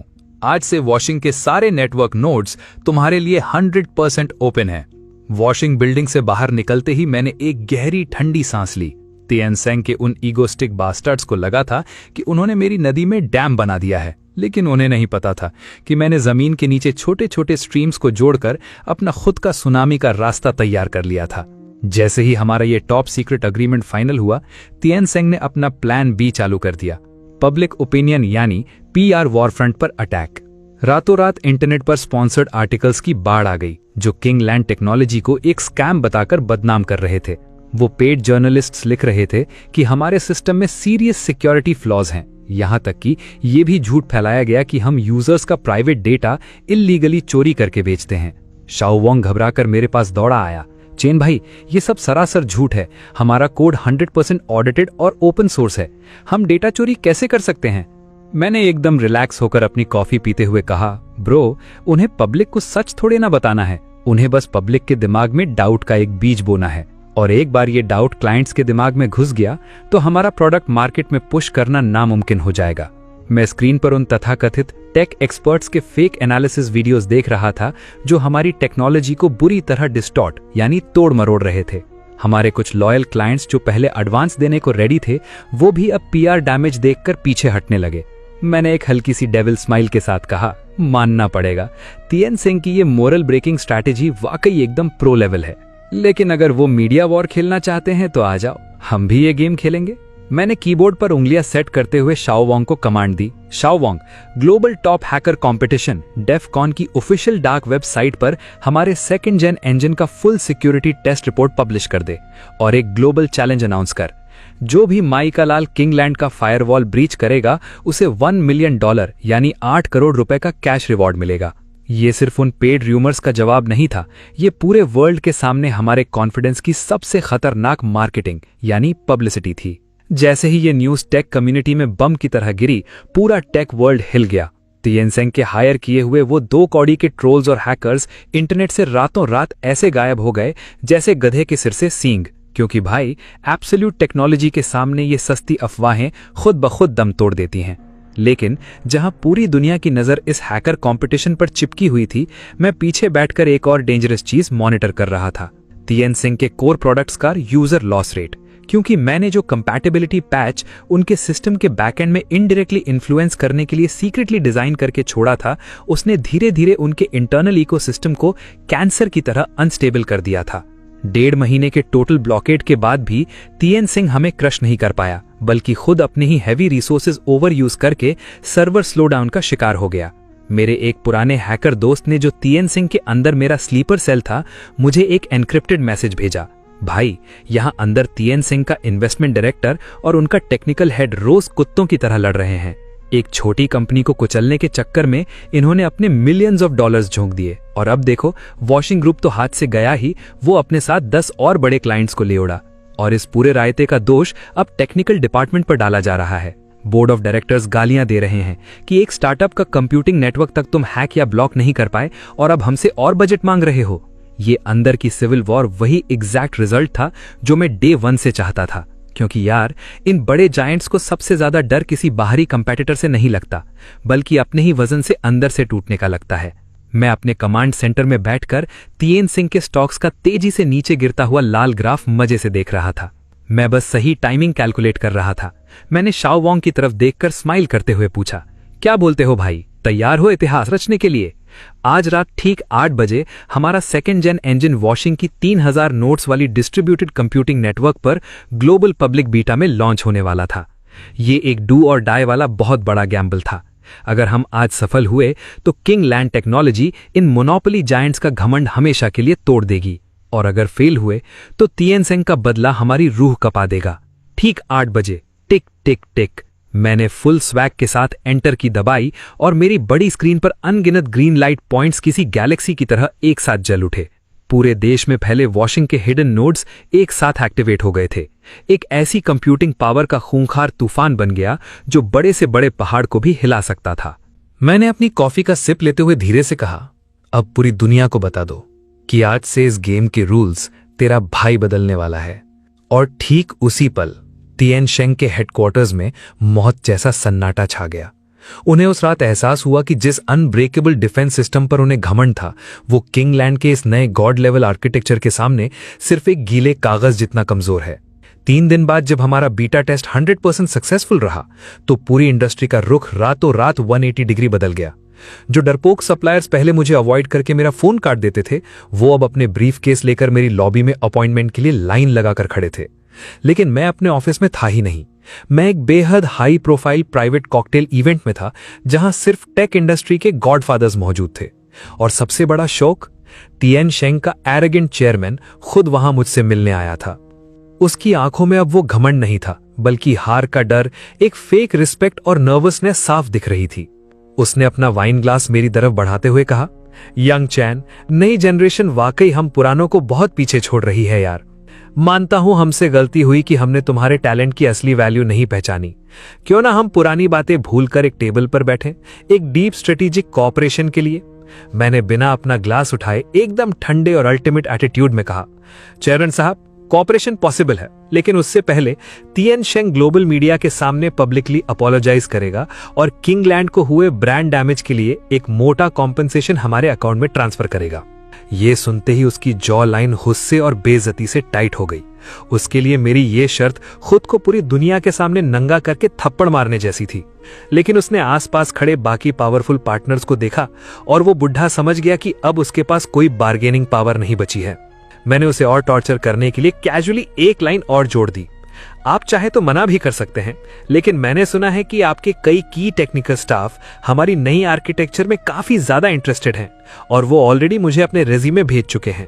ये सीधा उसकी कंपनी की रीढ़ की हड्डी पर मेरा फाइनल वार था। मैं सिर्फ उसके क्लाइंट्स ही नहीं छीन रहा था, बल्कि उसकी कंपनी की फाउंडेशन यानी टैलेंट को भी जड़ से उखाड़ रहा था। मैंने फाइनली वाइन का एक घूंट लिया और मन ही मन हंसा। मुझे पता था कि ये जीत तो बस एक ट्रेलर है, ये गेम अब और भी डार्क और ग्लोबल लेवल पर जाने वाला है। तिएनशिंग का मेरे सामने झुकना सिर्फ एक टेम्पररी सरेंडर था। मुझे अपने हैकर वाले सिक्स सेंस से साफ महसूस हो रहा था कि इस इवेंट के अंधेरे कोनों में से कोई और बहुत बड़ी और खतरनाक ताकत किंगलैंड टेक्नोलॉजी पर अपनी चील जैसी नजर गड़ाए बैठी है। पार्टी से बाहर निकलते ही ठंडी हवा मेरे चेहरे से टकराई। तभी डिंग, मेरे फोन पर एक डार्क नेट के अननोन नंबर से एक टेक्स्ट फ्लैश हुआ। वॉच योर बैक, अपनी पीठ का ख्याल रखना। मैंने कुछ देर तक अपनी कार के पास खड़े होकर उस मैसेज को स्कैन किया। यह number multiple virtual VPN relay से बाउंस होकर आया था। इसे ट्रेस करना लगभग नामुमकिन था। मैं घर पहुंचा, अपनी बालकनी के पास गया, भारी पर्दे हटाए और 40th फ्लोर से नीचे गुजरती गाड़ियों की लाइट्स को हैकर की नजर से एनालाइज करता रहा। जिंदगी में पहली बार मुझे सच में ऐसा फील हुआ कि इस कॉर्पोरेट बिजनेस वॉर की खौफनाक गहराइयों में कोई अज्ञात निगाहें मुझे लगातार ट्रैक कर रही हैं। मैंने ये बात शाओ वैंग को नहीं बताई क्योंकि वो बेचारा पैनिक कर जाता, लेकिन मैंने तुरंत अपना मास्टर सिस्टम खोला और पिछले 3 सालों के तिएनशिंग ग्रुप के सारे backdoor share holding records hack करके निकाल लिए। सरफेस पर तो वो एक डोमेस्टिक टेक जायंट था, लेकिन अंदर से उसकी कैपिटल स्ट्रक्चर किसी स्पाइडर वेब से भी ज्यादा कॉम्प्लेक्स थी। कई शैडो फॉरेन इन्वेस्टमेंट फंड्स की परछाइयां मुझे लेजर्स में बार बार दिख रही थी। तब जाकर मेरे दिमाग की बत्ती जली। ओ शिट, सैंगवाई, वो छपरी लीना, डायरेक्टर साओ, ये सब तो सिर्फ मोहरे थे। तिएनशिंग मुझे सिर्फ मार्केट शेयर के लिए नहीं निगलना चाहता था, इसके पीछे कुछ और ही डीप स्टेट का ग्लोबल खेल चल रहा था। और जैसे ही मैं इन हैकिंग थॉट्स में डूबा हुआ था, अचानक मेरे मेन मॉनिटर पर एक ब्लिंकिंग रेड अलर्ट चमका। वो हैकिंग अलर्ट सीधा मेरे सेकंड जेन इंजन के कोर बैकएंड से ट्रिगर हुआ था। कोई एक ऐसा अननोन मिलिट्री लेवल प्रोटोकॉल इस्तेमाल करके हमारे सिस्टम में घुस रहा था, जिसे मैंने अपनी लाइफ में पहले कभी नहीं देखा था। और वो हैकर सीधा वॉशिंग नेटवर्क के नोड से हमारा large scale operational core data extract करने की कोशिश कर रहा था। मैंने तुरंत अपनी ब्लैक हुडी पहनी और कीबोर्ड पर 200 WPM की स्पीड से कोडिंग करना शुरू कर दिया। मैंने एक के बाद एक सिस्टम में कई लेयर्स के डायनामिक हनीपॉट फायरवॉल्स डिप्लॉय कर दिए। यार, ये तिएनशिंग के बच्चों का काम नहीं था, ये किसी ultra professional foreign state sponsored team का हैक लग रहा था। और उसी मोमेंट मुझे रियलाइज हो गया कि मेरी इस गॉड लेवल टेक एंट्री ने सिर्फ तिएनशिंग को नहीं, बल्कि इस पूरी इंडस्ट्री को पर्दे के पीछे से कंट्रोल करने वाले असली फाइनेंशियल शार्क्स यानी ग्लोबल इल्यूमिनाटी टाइप लोगों को भी जगा दिया है। और जो वार्निंग मैसेज मुझे पार्टी के बाद मिला था, वो कोई मजाक नहीं, बल्कि किसी इनसाइडर का एक लाइफ सेविंग हिंट था। अगली सुबह तिएनशिंग का वो official apology letter tech industry के हर बड़े पोर्टल की हेडलाइंस पर चमक रहा था। लेटर की लैंग्वेज बेहद सिंसियर और डरी हुई थी। उन्होंने चालाकी से सारा ब्लेम अपने कुछ सीनियर एग्जीक्यूटिव्स पर डाल दिया और बिना कोई नाटक किए टेंस ऑफ मिलियंस यानी करोड़ों रुपए का कॉम्पनसेशन सीधे किंगलैंड टेक्नोलॉजी के स्विस अकाउंट में वायर ट्रांसफर कर दिया। शाओ वॉन्ग खुशी से उछलता हुआ मेरे केबिन में आया। चेन भाई, जल्दी ट्विटर देखो, मीडिया वाले हमें ड्रैगन स्लेयर बोल रहे हैं। इस बार तिएनशिंग सच में घुटनों पर आ गया है। मैंने स्क्रीन से नजरें हटाए बिना एकदम सीरियस टोन में कहा, शाओ वॉन्ग, इन जायंट्स को कभी अंडर एस्टिमेट यानी हल्के में मत लेना। अगर ये माफिया लोग झुकते भी है ना, तो सिर्फ अगला वार करने के लिए, सांस लेने के लिए। और जैसे ही पूरी टेक इंडस्ट्री हमारी यानी किंगलैंड की तारीफों में पागल हो रही थी, मुझे डार्क वेब के थ्रू एक बहुत ही वियर्ड और इनक्रिप्टेड इन्विटेशन मिला। ऑरोरा कैपिटल नाम की एक मिस्टीरियस फॉरेन ऑर्गेनाइजेशन ने मुझे फ्यूचर कंप्यूटिंग स्टैंडर्ड्स पर एक सीक्रेट 1-on-1 मीटिंग के लिए बुलाया था। मैंने जब अपने हैकिंग टूल से उनका बैकग्राउंड चेक किया तो मेरे रोंगटे खड़े हो गए। इसके पीछे की ताकतें बेहद डीप और खौफनाक थीं। दुनिया के कई टॉप मल्टीनेशनल टेक जायंट्स के पीछे भी इन्हीं ऑरोरा कैपिटल वालों की शैडो यानी फंडिंग दिखाई दे रही थी। तभी मुझे फाइनली समझ आ गया कि ये ही वो लोग हैं जो इस मैट्रिक्स के असली आर्किटेक्ट्स हैं। और मुझे पक्का यकीन था कि वो वार्निंग SMS भी इन्हीं के डार्क सर्कल से लीक हुआ था। मैंने शाओ वॉन्ग से कहा, भाई मकाओ की फर्स्ट क्लास फ्लाइट बुक करो, क्योंकि ओपोनेंट ने बैटल स्टेज तैयार कर दी थी और अगर मैं बैकआउट करता तो ये एक कायरता लगती। लेकिन मकाओ जाने से पहले मैं सिटी के maximum security detention centre jail गया। मैं उस बुढ़े सैंगवाई से मिलना चाहता था, वो इंसान जिसने मुझे खत्म करने के लिए अपना सब कुछ दांव पर लगा दिया था। शायद अब वही मुझे इस ऑरोरा कैपिटल की असली सच्चाई बता सकता था। मोटे बुलेट प्रूफ ग्लास के उस पार मैंने उसे देखा। वो ऑरेंज प्रिजनर यूनिफॉर्म में था, एकदम दुबला, गंजा और अंदर से पूरी तरह टूट चुका था। उसकी आंखों में अब वो चालाक बॉस वाली चमक नहीं थी, बस एक खौफनाक मरा हुआ सन्नाटा था। मुझे अपने सामने देखकर वो हल्का सा साइको की तरह मुस्कुराया और इंटरकॉम पर बोला, चेन किंग, तो आखिर तुम आ ही गए, मुझे इस जानवरों वाली हालत में देखने या वो सवाल पूछने। मैंने बिना कोई इमोशन दिखाए एकदम कोल्ड टोन में कहा, तुम क्या सोचते हो सैंगवाई, तिएन शिंग तो बस एक मोहरा था ना, असली मास्टर्स कौन है? वो कुछ देर तक चुप रहा। उसकी कांपती हुई उंगलियां स्टील की मेज पर हल्के से टैप कर रही थीं। फिर वो एकदम डरते हुए माइक के पास झुका और फुसफुसाती हुई आवाज में बोला, चेन, मुझे नहीं पता वो असल में कौन है, बस इतना जानता हूं कि वो खुद को द प्यूरिफायर्स कहते हैं। वो अंधा पैसा देते हैं, पावर देते हैं, लेकिन सिर्फ एक ही शर्त पर, जो भी नई टेक्नोलॉजी उनके कंट्रोल में नहीं आती उसे वो पूरी तरह इस दुनिया से इरेज कर देते हैं। ये सुनकर मेरे सीने में एक अजीब सा दबाव महसूस हुआ। उसकी बात भले ही किसी साइफाई मूवी जैसी अजीब थी, लेकिन उसकी आंखों में जो मौत का खौफ था वो 100% असली था। उसने खांसते हुए आगे कहा, चेन किंग, मेरी बात मान, सब कुछ छोड़कर भाग जा। तुम जितना ज्यादा ऊपर उठोगे उनकी स्नाइपर वाली नजर उतनी ही ज्यादा तुम पर होगी। और हाँ, वो लीना जो है ना, वो भागी नहीं है, वो ऑरोरा के पास अपना रिवॉर्ड कलेक्ट करने गई है और तुम्हारे लिए डेथ वारंट लेने भी। डिटेंशन सेंटर से बाहर निकलते वक्त दोपहर की तेज धूप मेरी आंखों में चुभ रही थी। सैंगवाई की वो खौफनाक बातें मेरे दिमाग में लूप पर गूंज रही थीं। अब ये सिर्फ एक ईगो बैटल या बिजनेस वॉर नहीं रहा था, ये मेरे और मेरे एम्पायर के सर्वाइवल का गेम बन चुका था। मकाओ की हवा में समंदर की एक अजीब सी नमी थी। जब मैं ऑरोरा कैपिटल की उस टॉप सीक्रेट प्राइवेट मीटिंग के लिए 7 स्टार होटल के टॉप फ्लोर यानी पेंट हाउस पर पहुंचा, वहां कोई भीड़ नहीं थी, सिर्फ कुछ एलीट लोग थे। जैसे ही मैं अंदर एंटर हुआ, सबकी खूंखार नजरें मुझ पर ऐसे टिक गईं जैसे मैं उनका शिकार हूं। बीच वाली लेदर चेयर पर एक ब्लॉन्ड नीली आंखों वाला फॉरेनर बैठा था। उसने बेहद फ्लुएंट चाइनीज में बिना ग्रीट किए सीधा कहा, मिस्टर चेन, आपका 2nd जेन इंजन वाकई एक पीस ऑफ आर्ट है, लेकिन इतनी ज्यादा एडवांस टेक्नोलॉजी किसी एक प्राइवेट कंपनी यानी लोकल लड़के के हाथ में बिल्कुल नहीं होनी चाहिए। मैंने बिना झिझके उसके ईगो को चैलेंज करते हुए सीधा पूछा, ओह, तो फिर ये किसके हाथ में होनी चाहिए? उसने एक ईविल स्माइल के साथ सीधा जवाब दिया, ऑरोरा कैपिटल। और मेरे सामने टेबल पर एक भारी भरकम फाइल सरका दी। मैंने उसे खोला। ये कोई एक्विजिशन ऑफर यानी खरीदने का ऑफर नहीं था, ये एक टेक्नोलॉजी कस्टडी अग्रीमेंट यानी गुलामी का पट्टा था, जिसमें साफ साफ लिखा था कि किंगलैंड को अपना पूरा कोर सोर्स कोड ऑरोरा की डेजिग्नेटेड क्लाउड में अपलोड करना होगा और उसके बाद ग्लोबल लेवल पर इसे कौन यूज करेगा कौन नहीं, ये सब 100% वो कंट्रोल करेंगे। मैंने अंदर ही अंदर अपने दांत पीसते हुए सोचा, ये साले तो लीगल तरीके से दिन दहाड़े डकैती कर रहे हैं। तभी साइड का एक सीक्रेट डोर खुला और अंदर आई वो नागिन लीना, एक अल्ट्रा एक्सपेंसिव डिजाइनर सूट में, आंखों में एक घिनौनी जीत की चमक लिए। उसने मेरे पास आकर एक ताने वाले टोन में कहा, चेन किंग, अब ज्यादा स्मार्ट बनने की कोशिश मत करना। ऑरोरा कैपिटल तुम्हें वो पैसा और पावर दे सकता है जो तिएन सेंग का बाप भी कभी नहीं दे पाया। अगर तुमने आज यहां साइन नहीं किया तो कल सुबह होते ही किंगलैंड को नेशनल डेटा सिक्योरिटी थ्रेट के नाम पर ग्लोबली सैंक्शन यानी बैन कर दिया जाएगा।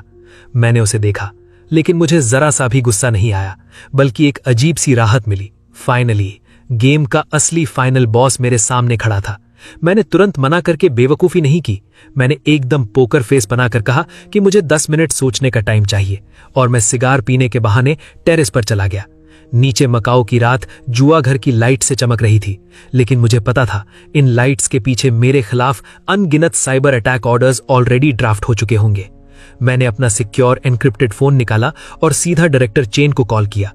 डायरेक्टर चेन, हमारा 0 डे प्लान एडवांस करना पड़ेगा, ऑरोरा कैपिटल ने मूव कर दिया है। उन्होंने दूसरी तरफ से एक बेहद गंभीर और भारी आवाज में पूछा, शाओ चेन, क्या तुम सच में 100% श्योर हो? क्योंकि बेटा, एक बार हमने ये न्यूक्लियर बटन दबा दिया तो फिर कोई बैकआउट नहीं होगा। मैंने एकदम ठंडे और डेडली स्वर में कहा, डायरेक्टर चेन, धीरे धीरे ऑक्सीजन कटने से घुटकर मरने से बेहतर है कि हम इस पूरे चेस बोर्ड को ही पलटकर आग लगा दें।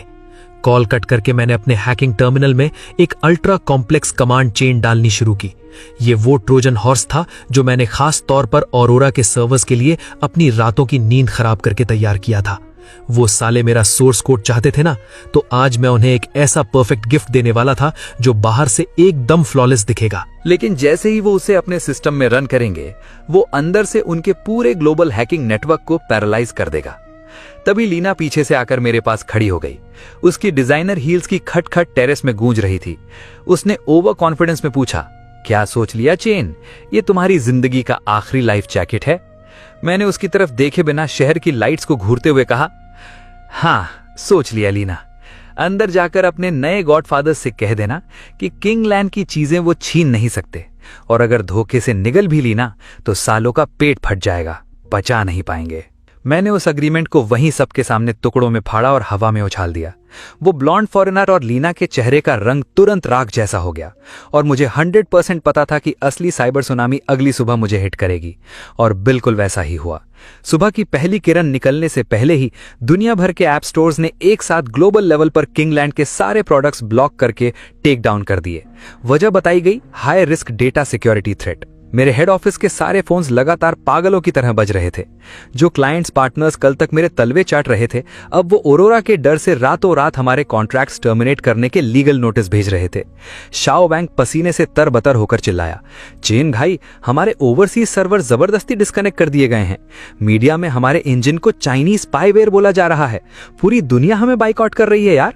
मैंने अपनी सीट पर रिलैक्स्ड होकर एकदम ईविल स्माइल के साथ कहा, चिल कर भाई, पैनिक मत कर। ऑरोरा वाले जितना ऊंचा उछलेंगे ना, मैं उन्हें उतनी ही दर्दनाक मौत दूंगा। Shao bank, plan Oppenheimer trigger कर दे। हमारा सारा ओपन सोर्स ऑडिट रिपोर्ट एक साथ ग्लोबल टेक अलायंस और डार्क वेब पर फ्लैश कर। मैं अपने 6 मॉनिटर वाले हैकिंग कंसोल के सामने बैठा था। स्क्रीन पर हर जगह रेड अलर्ट्स ब्लिंक कर रहे थे। उधर न्यूज पर वो छपरी लीना मीडिया में विक्टिम कार्ड खेलकर मुझे अक्यूज कर रही थी कि चेन किंग एक चोर है, उसने टेक्नोलॉजी चुराई है। लेकिन उस जाहिल औरत को यह नहीं पता था कि एब्सोल्यूट टेक्नोलॉजी और हार्ड कोडेड डेटा के सामने ये पीआर के झूठ पानी के बुलबुले की तरह फूट जाते हैं। मैंने अपनी कीबोर्ड पर आखिरी कमांड एग्जीक्यूट की, एंटर।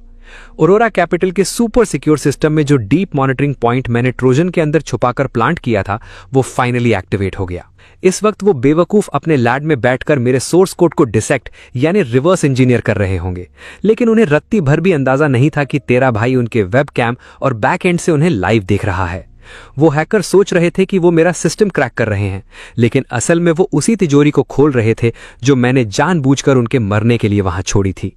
सुबह की पहली पीली किरण मेरे ऑफिस की खिड़की से अंदर आई और मैं समझ गया, अब मेरे काउंटर अटैक का परफेक्ट टाइम आ चुका है। यार, ये लड़ाई अब सिर्फ किंगलैंड की सर्वाइवल के लिए नहीं थी, ये पूरी दुनिया को ये साबित करने के लिए थी कि असली टेक्नोलॉजी किसी भी साले ग्लोबल हेजेमोनिक कैपिटल का खिलौना नहीं बन सकती। उधर ऑरोरा कैपिटल के अल्ट्रा सीक्रेट अंडरग्राउंड लैब में उनके एलीट फॉरेन हैकर्स शैंपेन खोलकर जश्न मना रहे थे। उन्हें लगा कि उन्होंने मेरा फायरवॉल तोड़ दिया है और सेकंड जेन इंजन का गॉड एल्गोरिथम चुरा लिया है। लीना उनके पास शैंपेन का ग्लास पकड़े खड़ी होकर ऐसे मुस्कुरा रही थी जैसे अब मैं कल सुबह सड़कों पर कटोरा लेकर भीख मांगूंगा। वो घमंड में चूर होकर बोली, चेन किंग अभी भी एक नाइव बच्चा है। इस कोड को तुरंत हमारे ग्लोबल फाइनेंशियल पेमेंट सिस्टम में इंटीग्रेट कर दो। आज से हम पूरी दुनिया के कंप्यूटिंग पावर के रूल्स रीराइट करेंगे। और जैसे ही उस ओवर कॉन्फिडेंट हैकर ने मर्ज बटन दबाया, मेरे ऑफिस की स्क्रीन पर अचानक मैट्रिक्स मूवी की तरह गोल्डन कैरेक्टर्स की तेज बारिश होने लगी। मैंने अपनी ब्लैक कॉफी का सिप लिया और एकदम स्वैग में धीरे से कहा, काउंटडाउन 3, 2, 1, बूम। अगले ही मिली सेकेंड वो ऑरोरा कैपिटल का पूरा अनब्रेकेबल ग्लोबल सिस्टम एक इन्फिनिट लूप में फंसकर क्रैश हो गया। वो लॉजिकल टाइम बॉम्ब जो मैंने उस कोड की नसों में छुपाया था, वो फट चुका था। वो बॉम्ब उनका डेटा डिलीट नहीं करता था, बल्कि एक डिजिटल मिरर की तरह काम करता था। ऑरोरा कैपिटल ने पिछले 10 सालों में जो भी इलीगल प्रॉफिट्स कमाए थे, गवर्नमेंट्स को गिराया था, जो भी हैकिंग करके स्टॉक मार्केट मैनिपुलेट किया था, वो सारी डार्क वेब की एविडेंस रियल टाइम में हैक होकर दुनिया के सबसे बड़े न्यूज चैनल्स और मीडिया प्लेटफॉर्म्स पर लाइव ब्रॉडकास्ट होने लगी। मैंने एकदम रिलैक्स होकर अपनी चेयर घुमाई और कहा, अब इसे किसी का बाप नहीं रोक सकता। ये मेरे डिसेंट्रलाइज्ड कंप्यूटिंग पावर पर बेस्ड फोर्स्ड ग्लोबल ब्रॉडकास्ट है। जब तक तुम लोग पूरी दुनिया का इंटरनेट केबल नहीं काट देते, ये नंगा सच ऐसे ही लाइव फैलता रहेगा। पूरी दुनिया अपनी टीवी और फोन्स की स्क्रीन को देखकर सन्न रह गई। जो लोग कल तक किंगलैंड को गालियां दे रहे थे, वही लोग अब ऑरोरा कैपिटल के खिलाफ सड़कों पर उतरने लगे। ऑरोरा का ग्लोबल ट्रायल शुरू हो चुका था। इंटरपोल और मल्टीनेशनल साइबर इन्वेस्टिगेशन टीम्स तुरंत एक्टिव हो गईं। अरोरा के टॉप एग्जीक्यूटिव्स चूहों की तरह अपने प्राइवेट जेट्स लेकर एक एक करके देश छोड़कर भागने लगे। और वो नागिन लीना, जिसने मुझे अपनी लालच के लिए 2 बार धोखा दिया था, वो एक भारी कैश से भरा सूटकेस लेकर तूफानी बारिश में पागलों की तरह पोर्ट की तरफ भाग रही थी। लेकिन मैं पहले से वहां एक बड़ा सा काला छाता लिए एक डॉन की तरह खड़ा उसका इंतजार कर रहा था। मुझे देखकर उसकी रूह काम गई।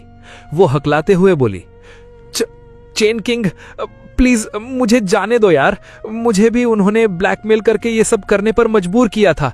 देख, इस सूटकेस में मिलियंस ऑफ डॉलर्स हैं, मैं सब कुछ तुम्हें दे दूंगी।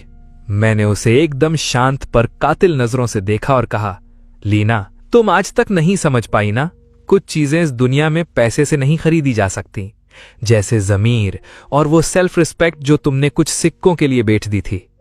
दूर से पुलिस सायरन्स की आवाज तेजी से करीब आ रही थी। सायरन सुनते ही लीना की टांगे जवाब दे गईं और वो वहीं कीचड़ में धड़ाम से बैठ गई। उसका भारी सूटकेस पलटकर खुल गया और बारिश में करोड़ों के नोट्स कीचड़ में भीगकर फैल गए। ये एक बेहद अजीब सिनेमाई और व्यंग्यात्मक सीन था। उसकी आंखों में जिंदगी में पहली बार सच्चा खौफ और पछतावा दिखा। वो रोते हुए बुदबुदाई, चेन, अगर उस दिन मैंने तुम्हारा बोनस लिस्ट मैनिपुलेट ना किया होता तो शायद आज। मैंने उसकी बात काटते हुए एकदम ठंडे टोन में कहा, लीना, जिंदगी में अगर जैसा कुछ नहीं होता। जिस दिन तुमने थोड़े से पैसों के लिए मेरी मेहनत को कुचला था ना, उसी दिन तुम्हारा ये सड़ा हुआ अंत मैंने लिख दिया था। पुलिस उसे हथकड़ियां पहनाकर खींचते हुए ले गई। मैंने अपना काला छाता बंद किया और बिना एक बार भी पीछे मुड़कर देखे अपनी लैम्बोर्गिनी की तरफ बढ़ गया। अंदर मेरा मेंटोर डायरेक्टर चेन बैठा स्मोक कर रहा था। उसने मुझे देखकर एक प्राउड स्माइल के साथ थम्स अप दिया। पिछले कई महीनों से चला आ रहा यह खौफनाक नाइटमेयर आखिरकार हमेशा के लिए खत्म होने वाला था। 1 महीने बाद किंग लैंड टेक्नोलॉजी ऑफिशियली अपना आईपीओ निकालकर किंग लैंड ग्रुप बन गई। जो 2 कौड़ी के सप्लायर्स पहले अरोरा के डर से हमें ब्लॉक कर रहे थे, वो अब हमारे हेड ऑफिस के बाहर लाइन लगाकर घुटनों के बल माफी मांग रहे थे। तियानशिंग ग्रुप इतना टूट चुका था कि वो खुद अपना कोर बिजनेस बेचकर हमसे कोऑपरेशन की भीख मांग रहा था।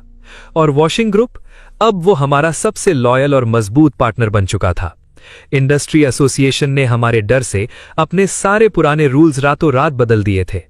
इंटेलेक्चुअल प्रॉपर्टी का रिस्पेक्ट और एम्प्लॉयज का फेयर कॉम्पनसेशन अब टेक बाइबल का सबसे पहला रूल बन चुका था। मैं अपनी नई 80 मंजिला हेडक्वार्टर्स के टॉप फ्लोर पेंट हाउस पर खड़ा शीशे से नीचे चीयरिंग करते हुए अपने हजारों एम्प्लॉयज को देख रहा था। मेरे पास दुनिया की सारी पावर थी, लेकिन मेरे दिल में एक बहुत ही अजीब सी शांति थी। डायरेक्टर चेन मेरे कंधे पर हाथ रखकर बोले, शाओ चेन, बेटा, तुमने सिर्फ एक बिजनेस वॉर नहीं जीती है, तुमने इस पूरी सड़ी हुई इंडस्ट्री का सिस्टम ही बदल के रख दिया है। अब गेम के रूल्स तुम तय करते हो बॉस। मैंने खिड़की के बाहर देखते हुए एक हल्की सी मुस्कान के साथ जवाब दिया, डायरेक्टर चेन, मैं बस इतना चाहता हूं कि जो टैलेंटेड लड़के लड़कियां दिन रात अपनी कंपनी के लिए खून पसीना एक करते हैं, जैसा मैंने कभी किया था, उन्हें उनका सही हक और उनका सही ईयर एंड बोनस मिले। तभी शाओ वोंग खुशी से दौड़ता हुआ आया और एक्साइटमेंट में एक फाइल मेरे हाथ में थमा दी। बॉस चेन, इस साल का बोनस प्लान फाइनल हो गया है। हमारी कंपनी में एक फ्रेशर का सबसे कम बोनस भी 1.5 लाख युआन से शुरू होगा। मैंने बिना फाइल देखे एक प्राउड स्माइल के साथ कहा, बहुत बढ़िया भाई, पूरे ग्रुप में अनाउंस कर दो, जब तक किंग लैंड जिंदा है, मेहनत करने वालों के साथ कभी धोखा नहीं होगा। शाम की सुनहरी धूप मेरे ऑफिस में फैल रही थी और मेरी नजर अचानक मेरे डेस्क के पीछे दीवार पर फ्रेम किए हुए उस पुराने ट्रांसफर स्क्रीनशॉट पर गई। 6,800 युआन, वही मेरी असली शुरुआत थी और मुझे हमेशा जमीन से जुड़े रहने की याद दिलाने वाला मेरा सबसे बड़ा सच भी। इस क्रेजी कहानी के एंड में मैं फिर से उसी जगह लौटा जहां से ये सारा ड्रामा शुरू हुआ था। वही 7 स्टार होटल, वही प्राइवेट वीआईपी हॉल, यहां तक कि टेबल पर लगे खाने के डिशेस भी बिल्कुल वैसे ही थे। बस फर्क सिर्फ इतना था कि इस बार कॉर्नर वाली कुर्सी पर नहीं, बल्कि टेबल की मेन गॉडफादर वाली सीट पर मैं बैठा था और मेरे चारों तरफ अब मेरे जूनियर्स नहीं, बल्कि इस पूरी इंडस्ट्री के सबसे पावरफुल जायंट्स हाथ बांधे बैठे थे। डिनर के दौरान सब हंस हंस कर खुलकर बातें कर रहे थे। अब वहां कोई ऑकवर्ड साइलेंस नहीं था। डायरेक्टर चेन ने अपना शैंपेन का ग्लास उठाया। उनका चेहरा खुशी और शराब से हल्का लाल हो गया था और जोर से बोले, टू चेन किंग। चेन, अगले साल का वो जो $1 बिलियन ग्लोबल कंप्यूटिंग सेंटर वाला प्रोजेक्ट है, वो पूरी तरह से अब तुम पर डिपेंड करता है यार। मैंने अपना ग्लास उठाते हुए पूरे स्वैग और कॉन्फिडेंस से कहा, डायरेक्टर चेन, आप चिल कीजिए। जब तक तेरा भाई यहां बैठा है, आपका हर काम मेरा काम है। कुछ राउंड्स पीने के बाद मैं थोड़ा रिलैक्स करने के बहाने टेरेस पर चला गया। रात की ठंडी हवा और शहर की वो चमकती हुई नियॉन लाइट्स मेरे सामने थीं। मैंने अपनी जेब से फोन निकाला और वो पुराना वीचैट ग्रुप खोला जो कभी मेरे लिए एक टॉक्सिक बैटलफील्ड हुआ करता था। अब उस ग्रुप में ना वो छपरी लीना थी, ना वो बुढ़ा सांगवई, बल्कि अब वहां मेरे हायर किए हुए नए एनर्जेटिक और भूखे लड़के थे जो रात के 1 बजे भी फुल जोश में नए साल के टेक्निकल प्लान्स डिस्कस कर रहे थे। मैंने स्माइल करते हुए फोन लॉक किया और एक गहरी सांस ली। यार, एक वक्त था जब मैं सिर्फ 6,800 युआन के बोनस पर चुपचाप अपना सिर झुका लेता था, और आज मैं इस पूरी टेक इंडस्ट्री की धड़कन कंट्रोल कर रहा हूं। मैं स्माइल करता हुआ मुड़ा और अपने बैंक्वेट हॉल की तरफ वापस चल दिया। जैसे ही मैंने दरवाजा खोला, सक्सेस की वो तेज और सुनहरी रोशनी मेरे चेहरे पर पड़ी।